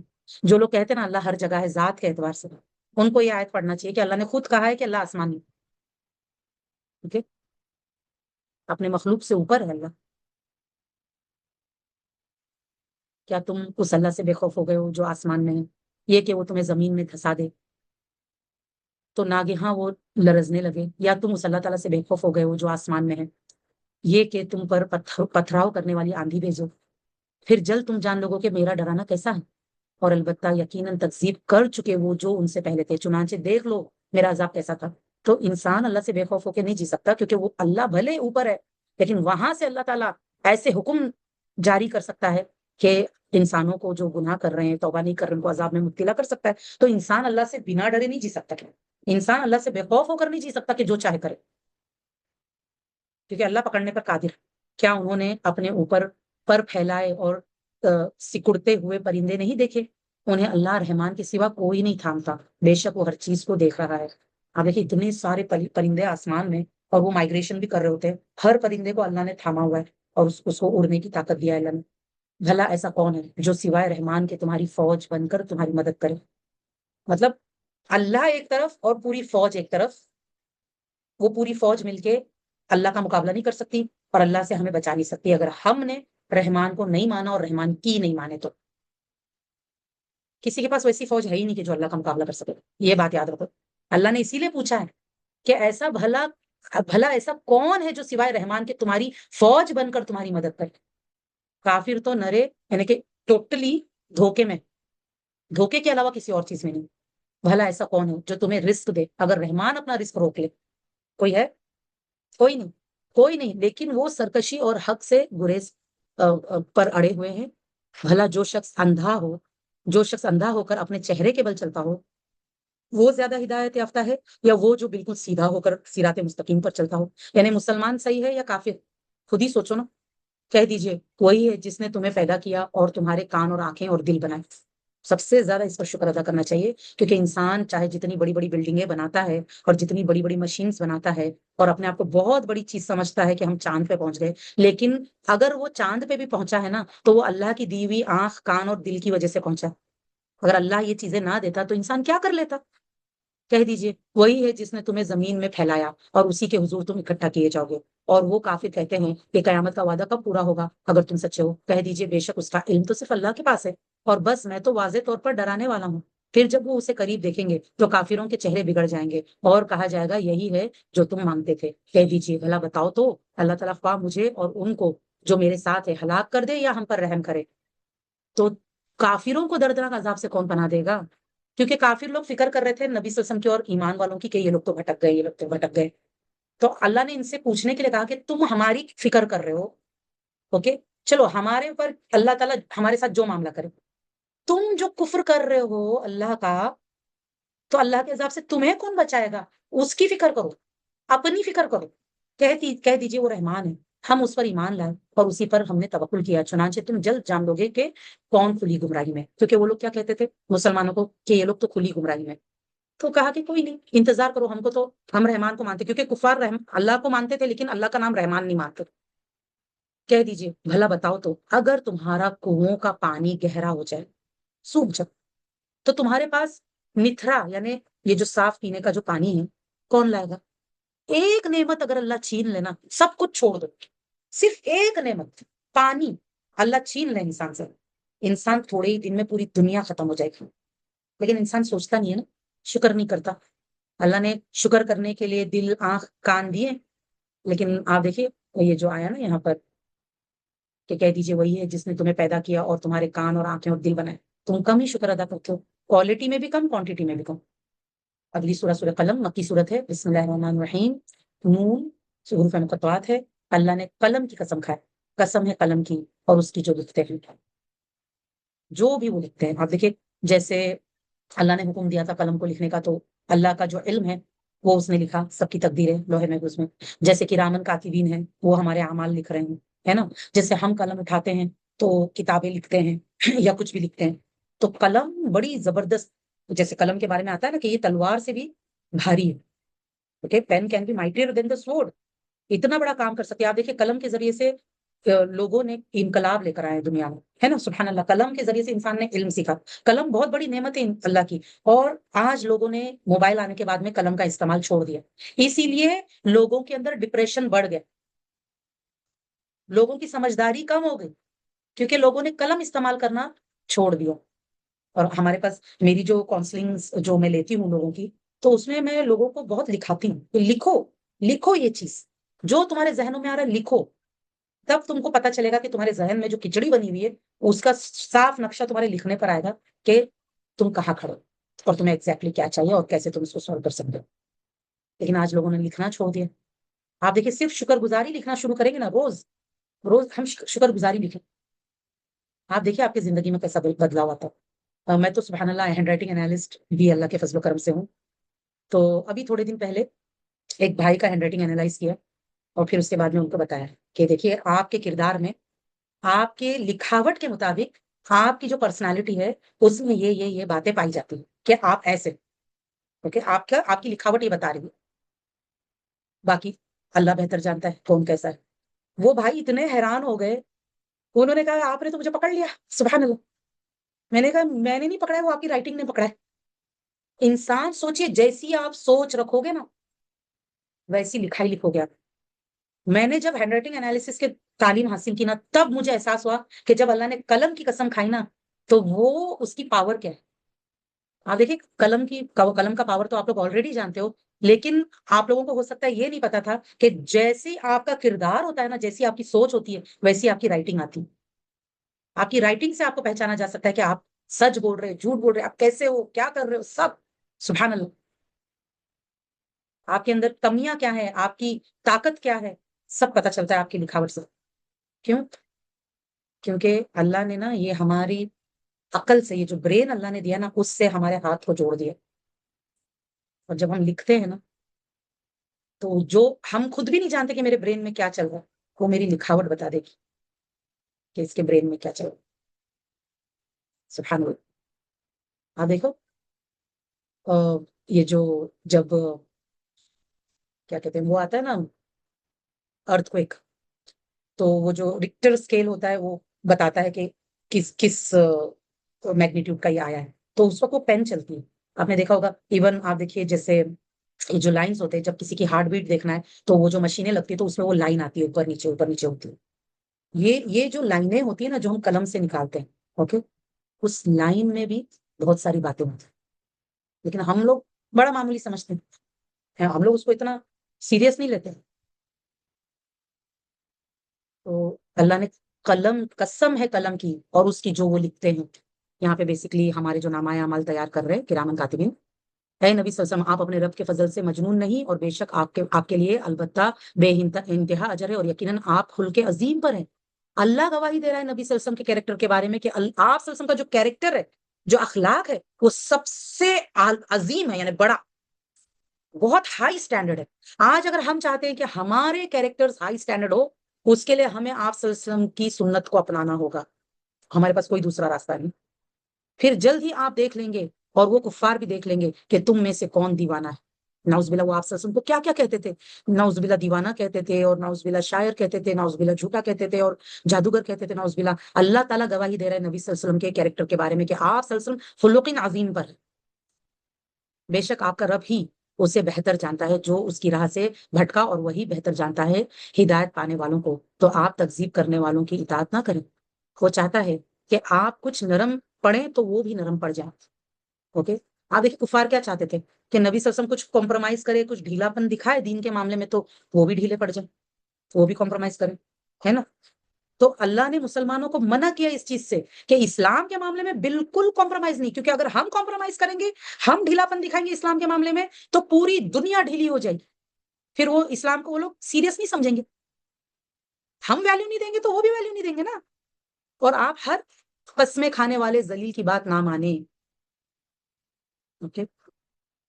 جو تانا دینے والا انتہائی چگل خور ہے. یہاں پہ خالد بن ولید رضی اللہ عنہ کے جو والد ہے، ولید بن مغیرہ، اس کے بارے میں آ رہا ہے. سبحان اللہ. کیونکہ لوگ اس کے پاس گئے تھے یہ سمجھنے اسے کہ وہ بڑا سمجھدار ہے، بڑا مالدار ہے، تو لوگ اس کے پاس مشورہ لینے کے لیے گئے کہ نبی صلی اللہ علیہ وسلم کے بارے میں تمہارا کیا خیال ہے. اس کو پتا تھا کہ نبی صلی اللہ علیہ وسلم سچے نبی اور رسول ہے، لیکن اس کی وہ جو ایکٹنگ تھی نا، جو اپنے آپ کو وہ بڑی چیز سمجھ رہا تھا کہ لوگ میرے پاس آئے ہیں پوچھنے کے لیے، تو وہ جو اترانے لگا، اس کے بارے میں اللہ بتا رہے ہیں کہ آپ ہر قسمیں کھانے والے ذلیل کی بات نہ مانے، جو تانا دینے والا. اب آپ دیکھیں اس کو نا ہم نے اپنے اوپر رکھ کے دینا. اللہ نہ کرے کہ میرے اندر کوئی ایسی ایک صفت بھی نہ ہو. اوکے. کہ قسمیں کھا کھا کر باتیں کرنے والے اپنی جھوٹی باتوں کو منوانے کے لیے. اور اللہ نے تو اس کو ذلیل بھی کہا. تو ایسے لوگوں کو فالو ہی نہیں کرنا ہے. ایسے لوگ لیڈر ہونے کے لائق نہیں ہے. ایسے لوگوں سے جا کے مشورہ بھی نہیں لینا ہے. اور آپ ہر قسمیں کھانے والے ذلیل کی بات نہ مانیں. جو تانا دینے والا ہوتا ہے، کون ہوتا ہے ایسا شخص؟ تانے دیتے ہیں. بولتے نا کھنجر چلانا زبان سے، کیسے بھی کر کے سامنے والے کو ہرٹ کرنا. انتہائی چگل خور، پیٹ پیچھے باتیں کرنے والے، لڑائیاں لگانے والے، بھلائی سے روکنے والا، حد سے گزرنے والا، سخت گنہگار، اجڑ. ٹھیک ہے نا. بولتے نا کہ کھڑوس، بولتے نا کہ ارے بڑا کھڑوس ہے، اس ٹائپ کا اجڑ اور تل کہا اللہ تعالیٰ نے. اور اس کے علاوہ حرام زیادہ بھی ہے. سبحان اللہ. ذالک زنیم کی بات ہے. اللہ نے اس کی پوری وہ ہسٹری، پوری اس کے کیریکٹر کا نقشہ کھینچ دیا کہ وہ نبی صلی اللہ علیہ وسلم کے خلاف نعوذ باللہ تو اس نے ایسی باتیں کی. تو اللہ نے کہا کہ وہ خود تو ایسا ہے، اس لیے کہ وہ مال اور بیٹوں والا ہے، اس لیے اترا تھا کہ اللہ نے اس کو بہت مال دیا، بہت بیٹے دیے. جب اس پر ہماری آیات تلاوت کی جاتی ہے تو کہتا ہے کہ یہ پہلوں کے افسانے، ہم جلد اسے اس کی سونڈ یعنی ناک پر داغ لگائیں گے.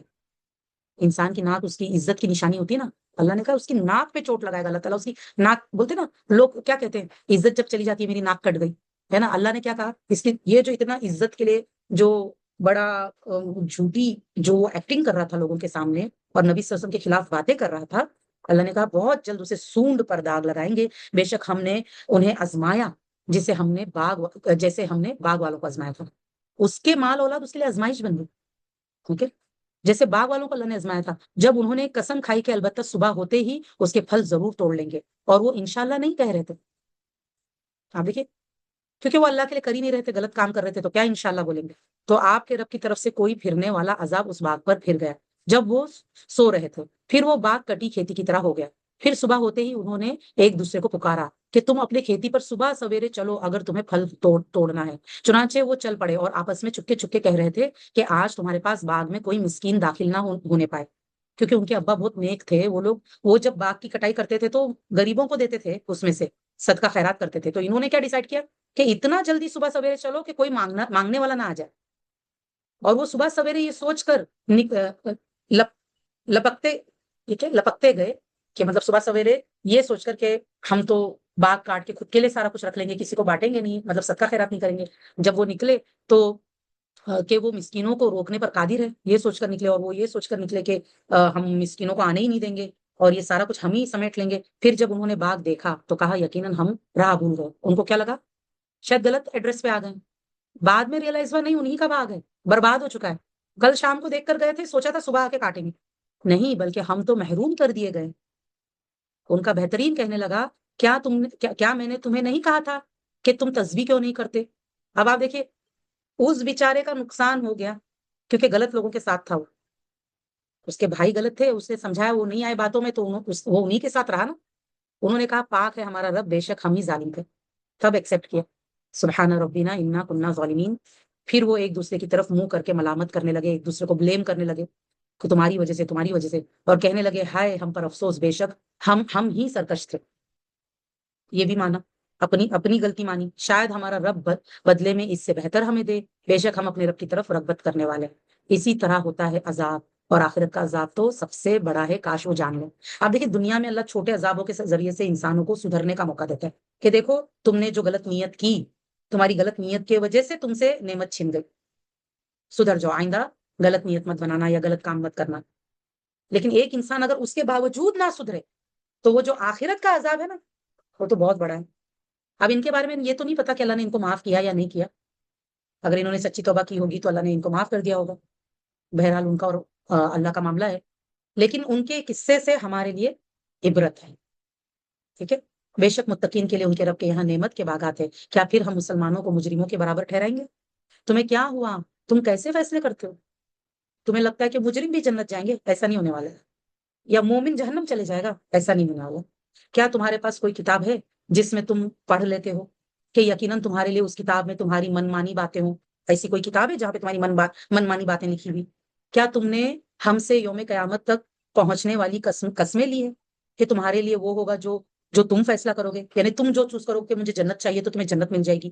کیا ایسا کوئی وعدہ لیا ہے اللہ سے؟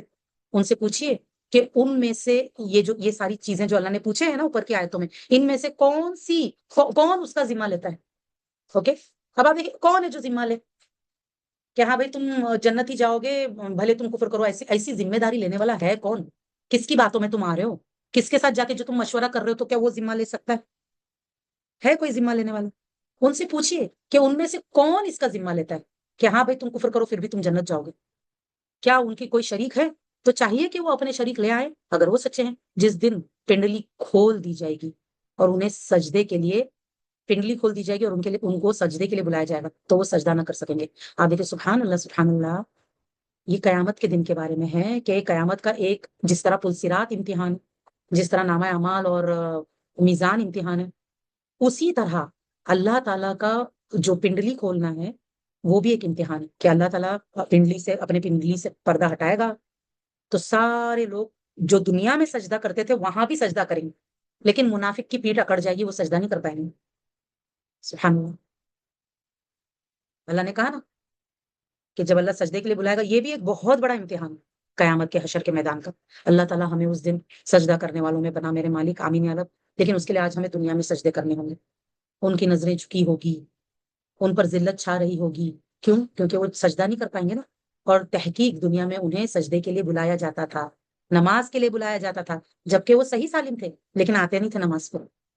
لہٰذا چھوڑ دیجئے مجھے اور اس کو جو اس حدیث قرآن کو جھٹلاتا ہے، ہم انہیں آہستہ آہستہ تباہی کی طرف لے جائیں گے، اس طرح کہ انہیں علم تک نہ ہوگا۔ آپ دیکھیے جو لوگ اللہ کی نافرمانی کر رہے ہیں، جو لوگ قرآن کو جھٹلا رہے ہیں، اللہ تعالیٰ آہستہ آہستہ ان کی رسی کھینچ رہا ہے اور ان کو پتہ بھی نہیں چلے گا کہ کب اللہ تعالیٰ ان کو جہنم رسید کرے گا، اور میں انہیں ڈھیل دیتا ہوں۔ بے شک میری تدبیر انتہائی پختہ ہے، اللہ کی تدبیر بڑی اسٹرانگ ہے۔ اے نبی صلی اللہ علیہ وسلم، کیا آپ ان سے اجر مانگتے ہیں؟ جو وہ اس کے بوجھ سے دبے جا رہے ہو؟ کیا ان کے پاس علم غیب ہے تو وہ اس سے لکھ لیتے ہیں کہ ان کو پتا ہو کہ بھئی ان کی تقدیر میں کیا وہ جنت جانے والے؟ جتنے بھی کافر جو انکار کر رہے ہیں یا منافق جو ایسا سب کر رہے ہیں، چنانچہ آپ اپنے رب کے حکم کے لیے صبر کریں اور مچھلی والے یونس علیہ السلام کی طرح نہ ہو، کیونکہ یونس علیہ السلام نے وقت سے پہلے ہجرت کر گئے تھے۔ تو اللہ نے کہا کہ صبر کیجیے آپ، جب اس نے اللہ کو پکارا تھا جبکہ وہ غم سے بھرا ہوا تھا، اگر اس کے رب کا احسان اسے نہ سنبھالتا تو وہ چٹیل میدان میں پھینکا جاتا جبکہ وہ مذموم ہوتا۔ مطلب اللہ نے ان پر احسان کیا، ان کے انہوں نے تسبیح کی، استغفار کیا تو اللہ نے ان کو نجات دی مچھلی کے پیٹ سے، پھر اس کے رب نے اسے نوازا اور اس کو صالحین میں شامل کیا۔ اور بلا شبہ قریب ہے کہ کافر لوگ اپنی بری نظروں سے آپ کو پھسلا دیں۔ آپ دیکھیں اللہ ہر بری نظر سے ہمیں بچائے، کیونکہ کفار جان بوجھ کے نبی صلی اللہ علیہ وسلم کو گھور گھور کے دیکھتے تھے، غصے سے، نفرت سے، حسد سے۔ اللہ تعالیٰ لوگوں کے غصے، نفرت اور حسد کی نگاہوں سے ہماری حفاظت کرے، کیونکہ نظر میں اثر ہوتا ہے۔ اس لیے نظر صبح شام کے اذکار باقاعدگی سے، پابندی سے پڑھنا بہت ضروری ہے، اور نظر بد سے بچنے کی بھی دعا پڑھنا چاہیے۔ اور نظر بد سے بچنے کا جو سنت سے جو ثابت طریقہ ہے، اگر پتا ہو کہ کس کی نظر لگی ہے تو وہ شخص جس کی نظر لگی ہے وہ غسل کرے گا، اور اس کا پانی جس کو نظر لگی ہے اس کے اوپر انڈیلا جائے گا، اس کے پیٹ کے پیچھے سے، ٹھیک ہے؟ تو اس سے نظر ٹوٹتا ہے، یہ سنت طریقہ ہے۔ اور بلا شبہ قریب ہے کہ کافر لوگ اپنی بری نظروں سے آپ کو پھسلا دیں گے جب وہ یہ ذکر قرآن سنتے ہیں اور کہتے ہیں کہ بے شک وہ تو یقیناً دیوانہ ہے، نعوذ باللہ۔ اور یہ قرآن تو سب جہانوں کے لیے نصیحت ہے۔ قرآن کیا ہے؟ نصیحت۔ سورہ حاقہ بسم اللہ الرحمن الرحیم، ثابت ہونے والی۔ الحق کا کیا ہے؟ حق ہو کے رہنے والی۔ کیا ہے ثابت ہونے والی؟ اور آپ کو کس نے خبر دی کیا ہے ثابت ہونے والی؟ سمود اور عاد نے اس تہلکہ خیز قیامت کو جھٹلایا، القوریہ کو جھٹلایا، کھٹکھٹانے والی کو جھٹلایا۔ تو جو سمود تھے وہ انتہائی اونچی خوفناک آواز سے ہلاک کیے گئے، اور جو عاد تھے تو وہ تیز و تند و تیز بے قابو آندھی سے ہلاک ہوئے، ٹھیک ہے؟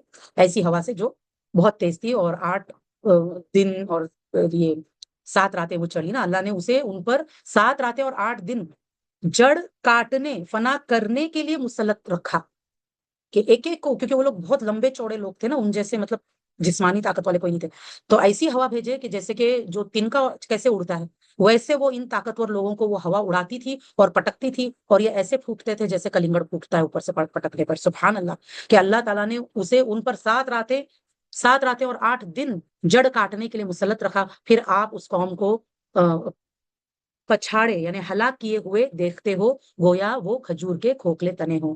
پھر کیا آپ ان کی کوئی باقیات دیکھتے ہو؟ کچھ بچہ ہے ان کا، کوئی ان کی نسل یا کچھ، یا ان کا کوئی مطلب کچھ بھی ان کا بچہ ہے؟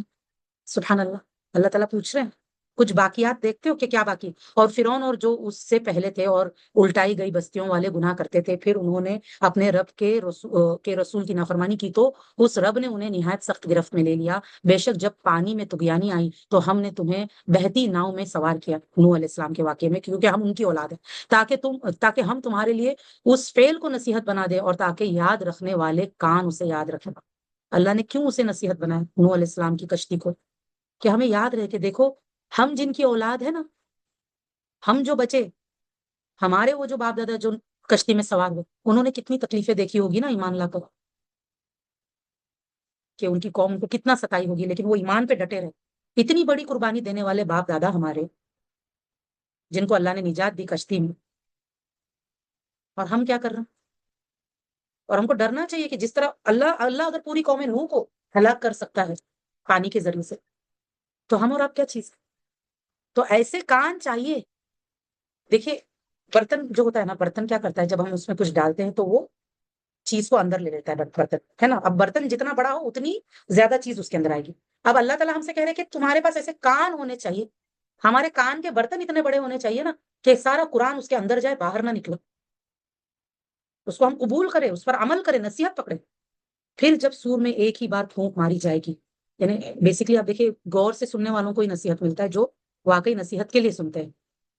پھر آپ دیکھیں آخر کیا ہوگا، سور میں پھونک مارا جائے گا، اور زمین اور پہاڑ اٹھا کر ایک ہی چوٹ سے آپ دیکھیں ایک چوٹ ماری جائے گی، زمین پہاڑ ریزہ ریزہ کر دیے جائیں گے۔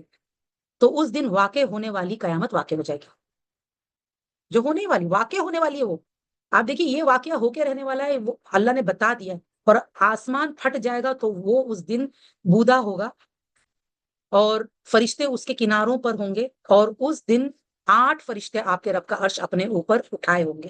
آج 4 فرشتے اٹھائے ہوئے، عرش کیونکہ سب سے بڑی مخلوق ہے، اس دن 8 فرشتے اٹھائے ہوئے ہوں گے۔ اس دن تمہاری پیشی ہوگی۔ کون سا دن ہوگا؟ اس دن ہماری میٹنگ کا ڈے ہے، اللہ کے ساتھ پیشی ہوگی اللہ کے آگے، اور تمہارا کوئی راز خفیہ نہ رہے گا، سارے راز کھل جائیں گے۔ پھر جسے اس کا اعمال نامہ اس کے دائیں ہاتھ میں دیا گیا تو وہ کہے گا لو میرا اعمال نامہ پڑھو۔ اتنا خوش ہوگا اپنے اعمال نامے سے، کیونکہ اس کو سیدھے ہاتھ میں ملا، اس میں سب اچھی باتیں لکھی ہوگی، وہ لوگوں کو جا کے بتائے گا میرا نامہ اعمال پڑھو۔ بے شک مجھے یقین تھا کہ مجھے اپنے حساب کو ملنا ہے، چنانچہ وہ پسندیدہ زندگی میں ہوگا، بہشت میں اس کے پھل قریب جھکے ہوں گے، کہا جائے گا مزے سے کھاؤ اور پیو ان اعمال کے بدلے جو تم گزرے دنوں میں آگے بھیجا تم نے۔ آج دیکھیں، آج جو ہم یہاں جی رہے ہیں یہ ہمارا گزرا ہوا دن بن جائے گا آخرت میں، ہمارے گزرے ہوئے دنوں کے بیسس پہ ہمیں جنت ملنے والی ہے ہماری۔ آپ دیکھیے سبحان اللہ، اس کو دنیا کی زندگی کو الایام الخالیہ کہا، خالی دن، بٹ اس دن کو ہم کو نیک اعمال سے بھرنا ہے۔ یہ دن خالی ہوتا ہے، ہر دن جب ہمیں ملتا ہے نا زندگی، وہ پورا دن خالی ہوتا ہے، ہم اس کو بھرنا شروع کرتے رات تک۔ تو ہم کن چیزوں سے بھر رہے ہیں دیکھو، کیونکہ اسی کے بدلے ہم کو جنت ملنے والی ہے اگر ہم نے اچھی چیزیں بھرے۔ اگر ہم نے اس کو ویسٹ کر دیا تو پچھتاوا ہوگا۔ اللہ کرے اللہ ہمیں ان میں سے بنائے جن کے نامہ اعمال سیدھے ہاتھ میں آتے ہیں اور وہ جا جا کے لوگوں کو بتاتے ہیں میرے نامہ اعمال پڑھو۔ آپ نے دیکھا ہوگا آج دنیا میں بھی جس کو اچھے رزلٹ آتے ہیں وہ جا جا کے لوگوں کو بتاتے ہیں میرا رزلٹ دیکھا، میرا رزلٹ دیکھا، دیکھا مجھے کتنے مارکس ہے، دیکھا میرا پرسنٹیج ہے نا۔ لیکن جو فیل ہو جاتے ہیں وہ چھپتے پھرتے ہیں لوگوں سے کہ کوئی پوچھ نہ لے۔ سبحان اللہ۔ اور جسے اس کا اعمال نامہ اس کے بائیں ہاتھ میں دیا گیا، اللہ ہمیں ان میں سے نہ بنانا، تو وہ کہے گا کاش مجھے میرا اعمال نامہ نہ دیا جاتا اور مجھے خبر نہ ہوتی میرا حساب کیا ہے، کاش وہی موت فیصلہ کن ثابت ہوتی، مجھے میرے مال نے کچھ فائدہ نہ دیا، میری سلطانی مجھ سے چھن گئی۔ دنیا میں بڑا سلطان بنا پھرتا تھا نا، منمانیاں کرتا پھرتا تھا، حکم ہوگا اسے پکڑو، پھر توق ڈالو اس کے گردن میں اور اس کے ہاتھ پیروں میں بیڑیاں ڈالو، پھر اسے جہنم کی آگ میں جھونک دو، پھر ایک زنجیر میں جس کی پیمائش 70 گز ہے اسے جکڑ دو، بے شک یعنی کہ جکڑ کر اس طرح زنجیروں میں باندھ کر اسے جہنم میں ٹھوسا جائے گا۔ اللہ ہمیں ان میں سے نہ بنانا۔ بے شک وہ اللہ تعالیٰ عظیم، وہ اللہ عظیم پر ایمان نہیں لایا تھا۔ کیوں اس کے ساتھ ایسا ہوگا؟ کیونکہ وہ اللہ جو العظیم ہے اس پر ایمان نہیں لایا، اور نہ مسکین کو کھانا کھلانے پر شوق دلاتا تھا، مسکینوں کو غریبوں کو کھانا بھی نہیں کھلاتا تھا، اتنا بخیل تھا۔ لہٰذا آج یہاں کوئی اس کا غمخوار دوست نہیں۔ جب دنیا میں اس نے غمخواری نہیں کی کسی کی، تو قیامت کے روز اسے جہنمی کے لیے کوئی غمخوار نہیں، اور زخموں کے دھوؤں کے سوا کوئی کھانا نہیں۔ آپ دیکھیں اس کو جہنمیوں کا پیپ اور خون اور پیپ کا کمبینیشن جو ہے بدبودار اور اس طرح کا، وہ اس کو کھانے کے طور پہ کھلایا جائے گا۔ خطا کاروں کے سوا اسے کوئی نہیں کھاتا۔ تو میں ان چیزوں کی قسم کھاتا ہوں جو تم دیکھتے ہو اور ان کی جو تم نہیں دیکھتے۔ جو ہمیں دکھتا ہے آج جیتے جی، اللہ اس کی بھی قسم کھا رہے ہیں، اور جو ہم نہیں دیکھ پا رہے اس کی بھی قسم کھا رہے ہیں۔ بلا شبہ یہ قرآن رسول کریم جبریل علیہ السلام کا قول ہے، اور یہ کسی شاعر کا قول نہیں۔ تم کم ہی ایمان لاتے ہو، اور نہ یہ کسی کاہن کا قول ہے، تم کم ہی نصیحت پکڑتے ہو، یہ تو رب العالمین کی طرف سے نازل شدہ ہے۔ اور اگر یہ ہم پر کوئی بات گھڑ کر لگاتا تو یقیناً ہم اس کا دایاں ہاتھ پکڑ لیتے۔ یعنی نبی صلی اللہ علیہ وسلم کے بارے میں یہ لوگ بولتے تھے کہ یہ خود ہی گھڑ رہے، تو اللہ تعالیٰ بول رہے ہیں کہ اگر یہ ہم پر کوئی بات گھڑ کر لگاتا تو یقیناً ہم اس کا دایاں ہاتھ پکڑ لیتے، پھر البتہ ہم اس کی شہرت کاٹ ڈالتے، پھر تم میں سے کوئی ایک بھی ہمیں اس سے روکنے والا نہ تھا۔ اور بلا شبہ یہ قرآن تو متقین کے لیے نصیحت ہے، اور یقیناً ہمیں علم ہے کہ تم میں سے بعض اس کی تکذیب کرتے ہیں، اور یقیناً وہ جھٹلانا کافروں کے لیے باعث حسرت ہے۔ اور بے شک یہ حق الیقین ہے، یہ قرآن کیا ہے؟ حق الیقین، پکی بات، ایسا ہی ہونے والا ہے جو کچھ اللہ نے قرآن میں بتایا ہے، اور جو متقین ہے جو اس پر عمل کریں گے وہی کامیاب ہوں گے۔ چنانچہ اپنے رب عظیم کے نام کی تسبیح کیجیے، فسبح بسم ربک العظیم۔ اوکے، تو یہیں پر روکیں گے انشاءاللہ ہم لوگ۔ اوکے میری بہنوں، بہت بہت شکریہ، جزاک اللہ خیر۔ سبحانک اللہم وبحمدک، اشہد ان لا الہ الا انت، استغفرک واتوب الیک۔ السلام علیکم ورحمۃ اللہ وبرکاتہ۔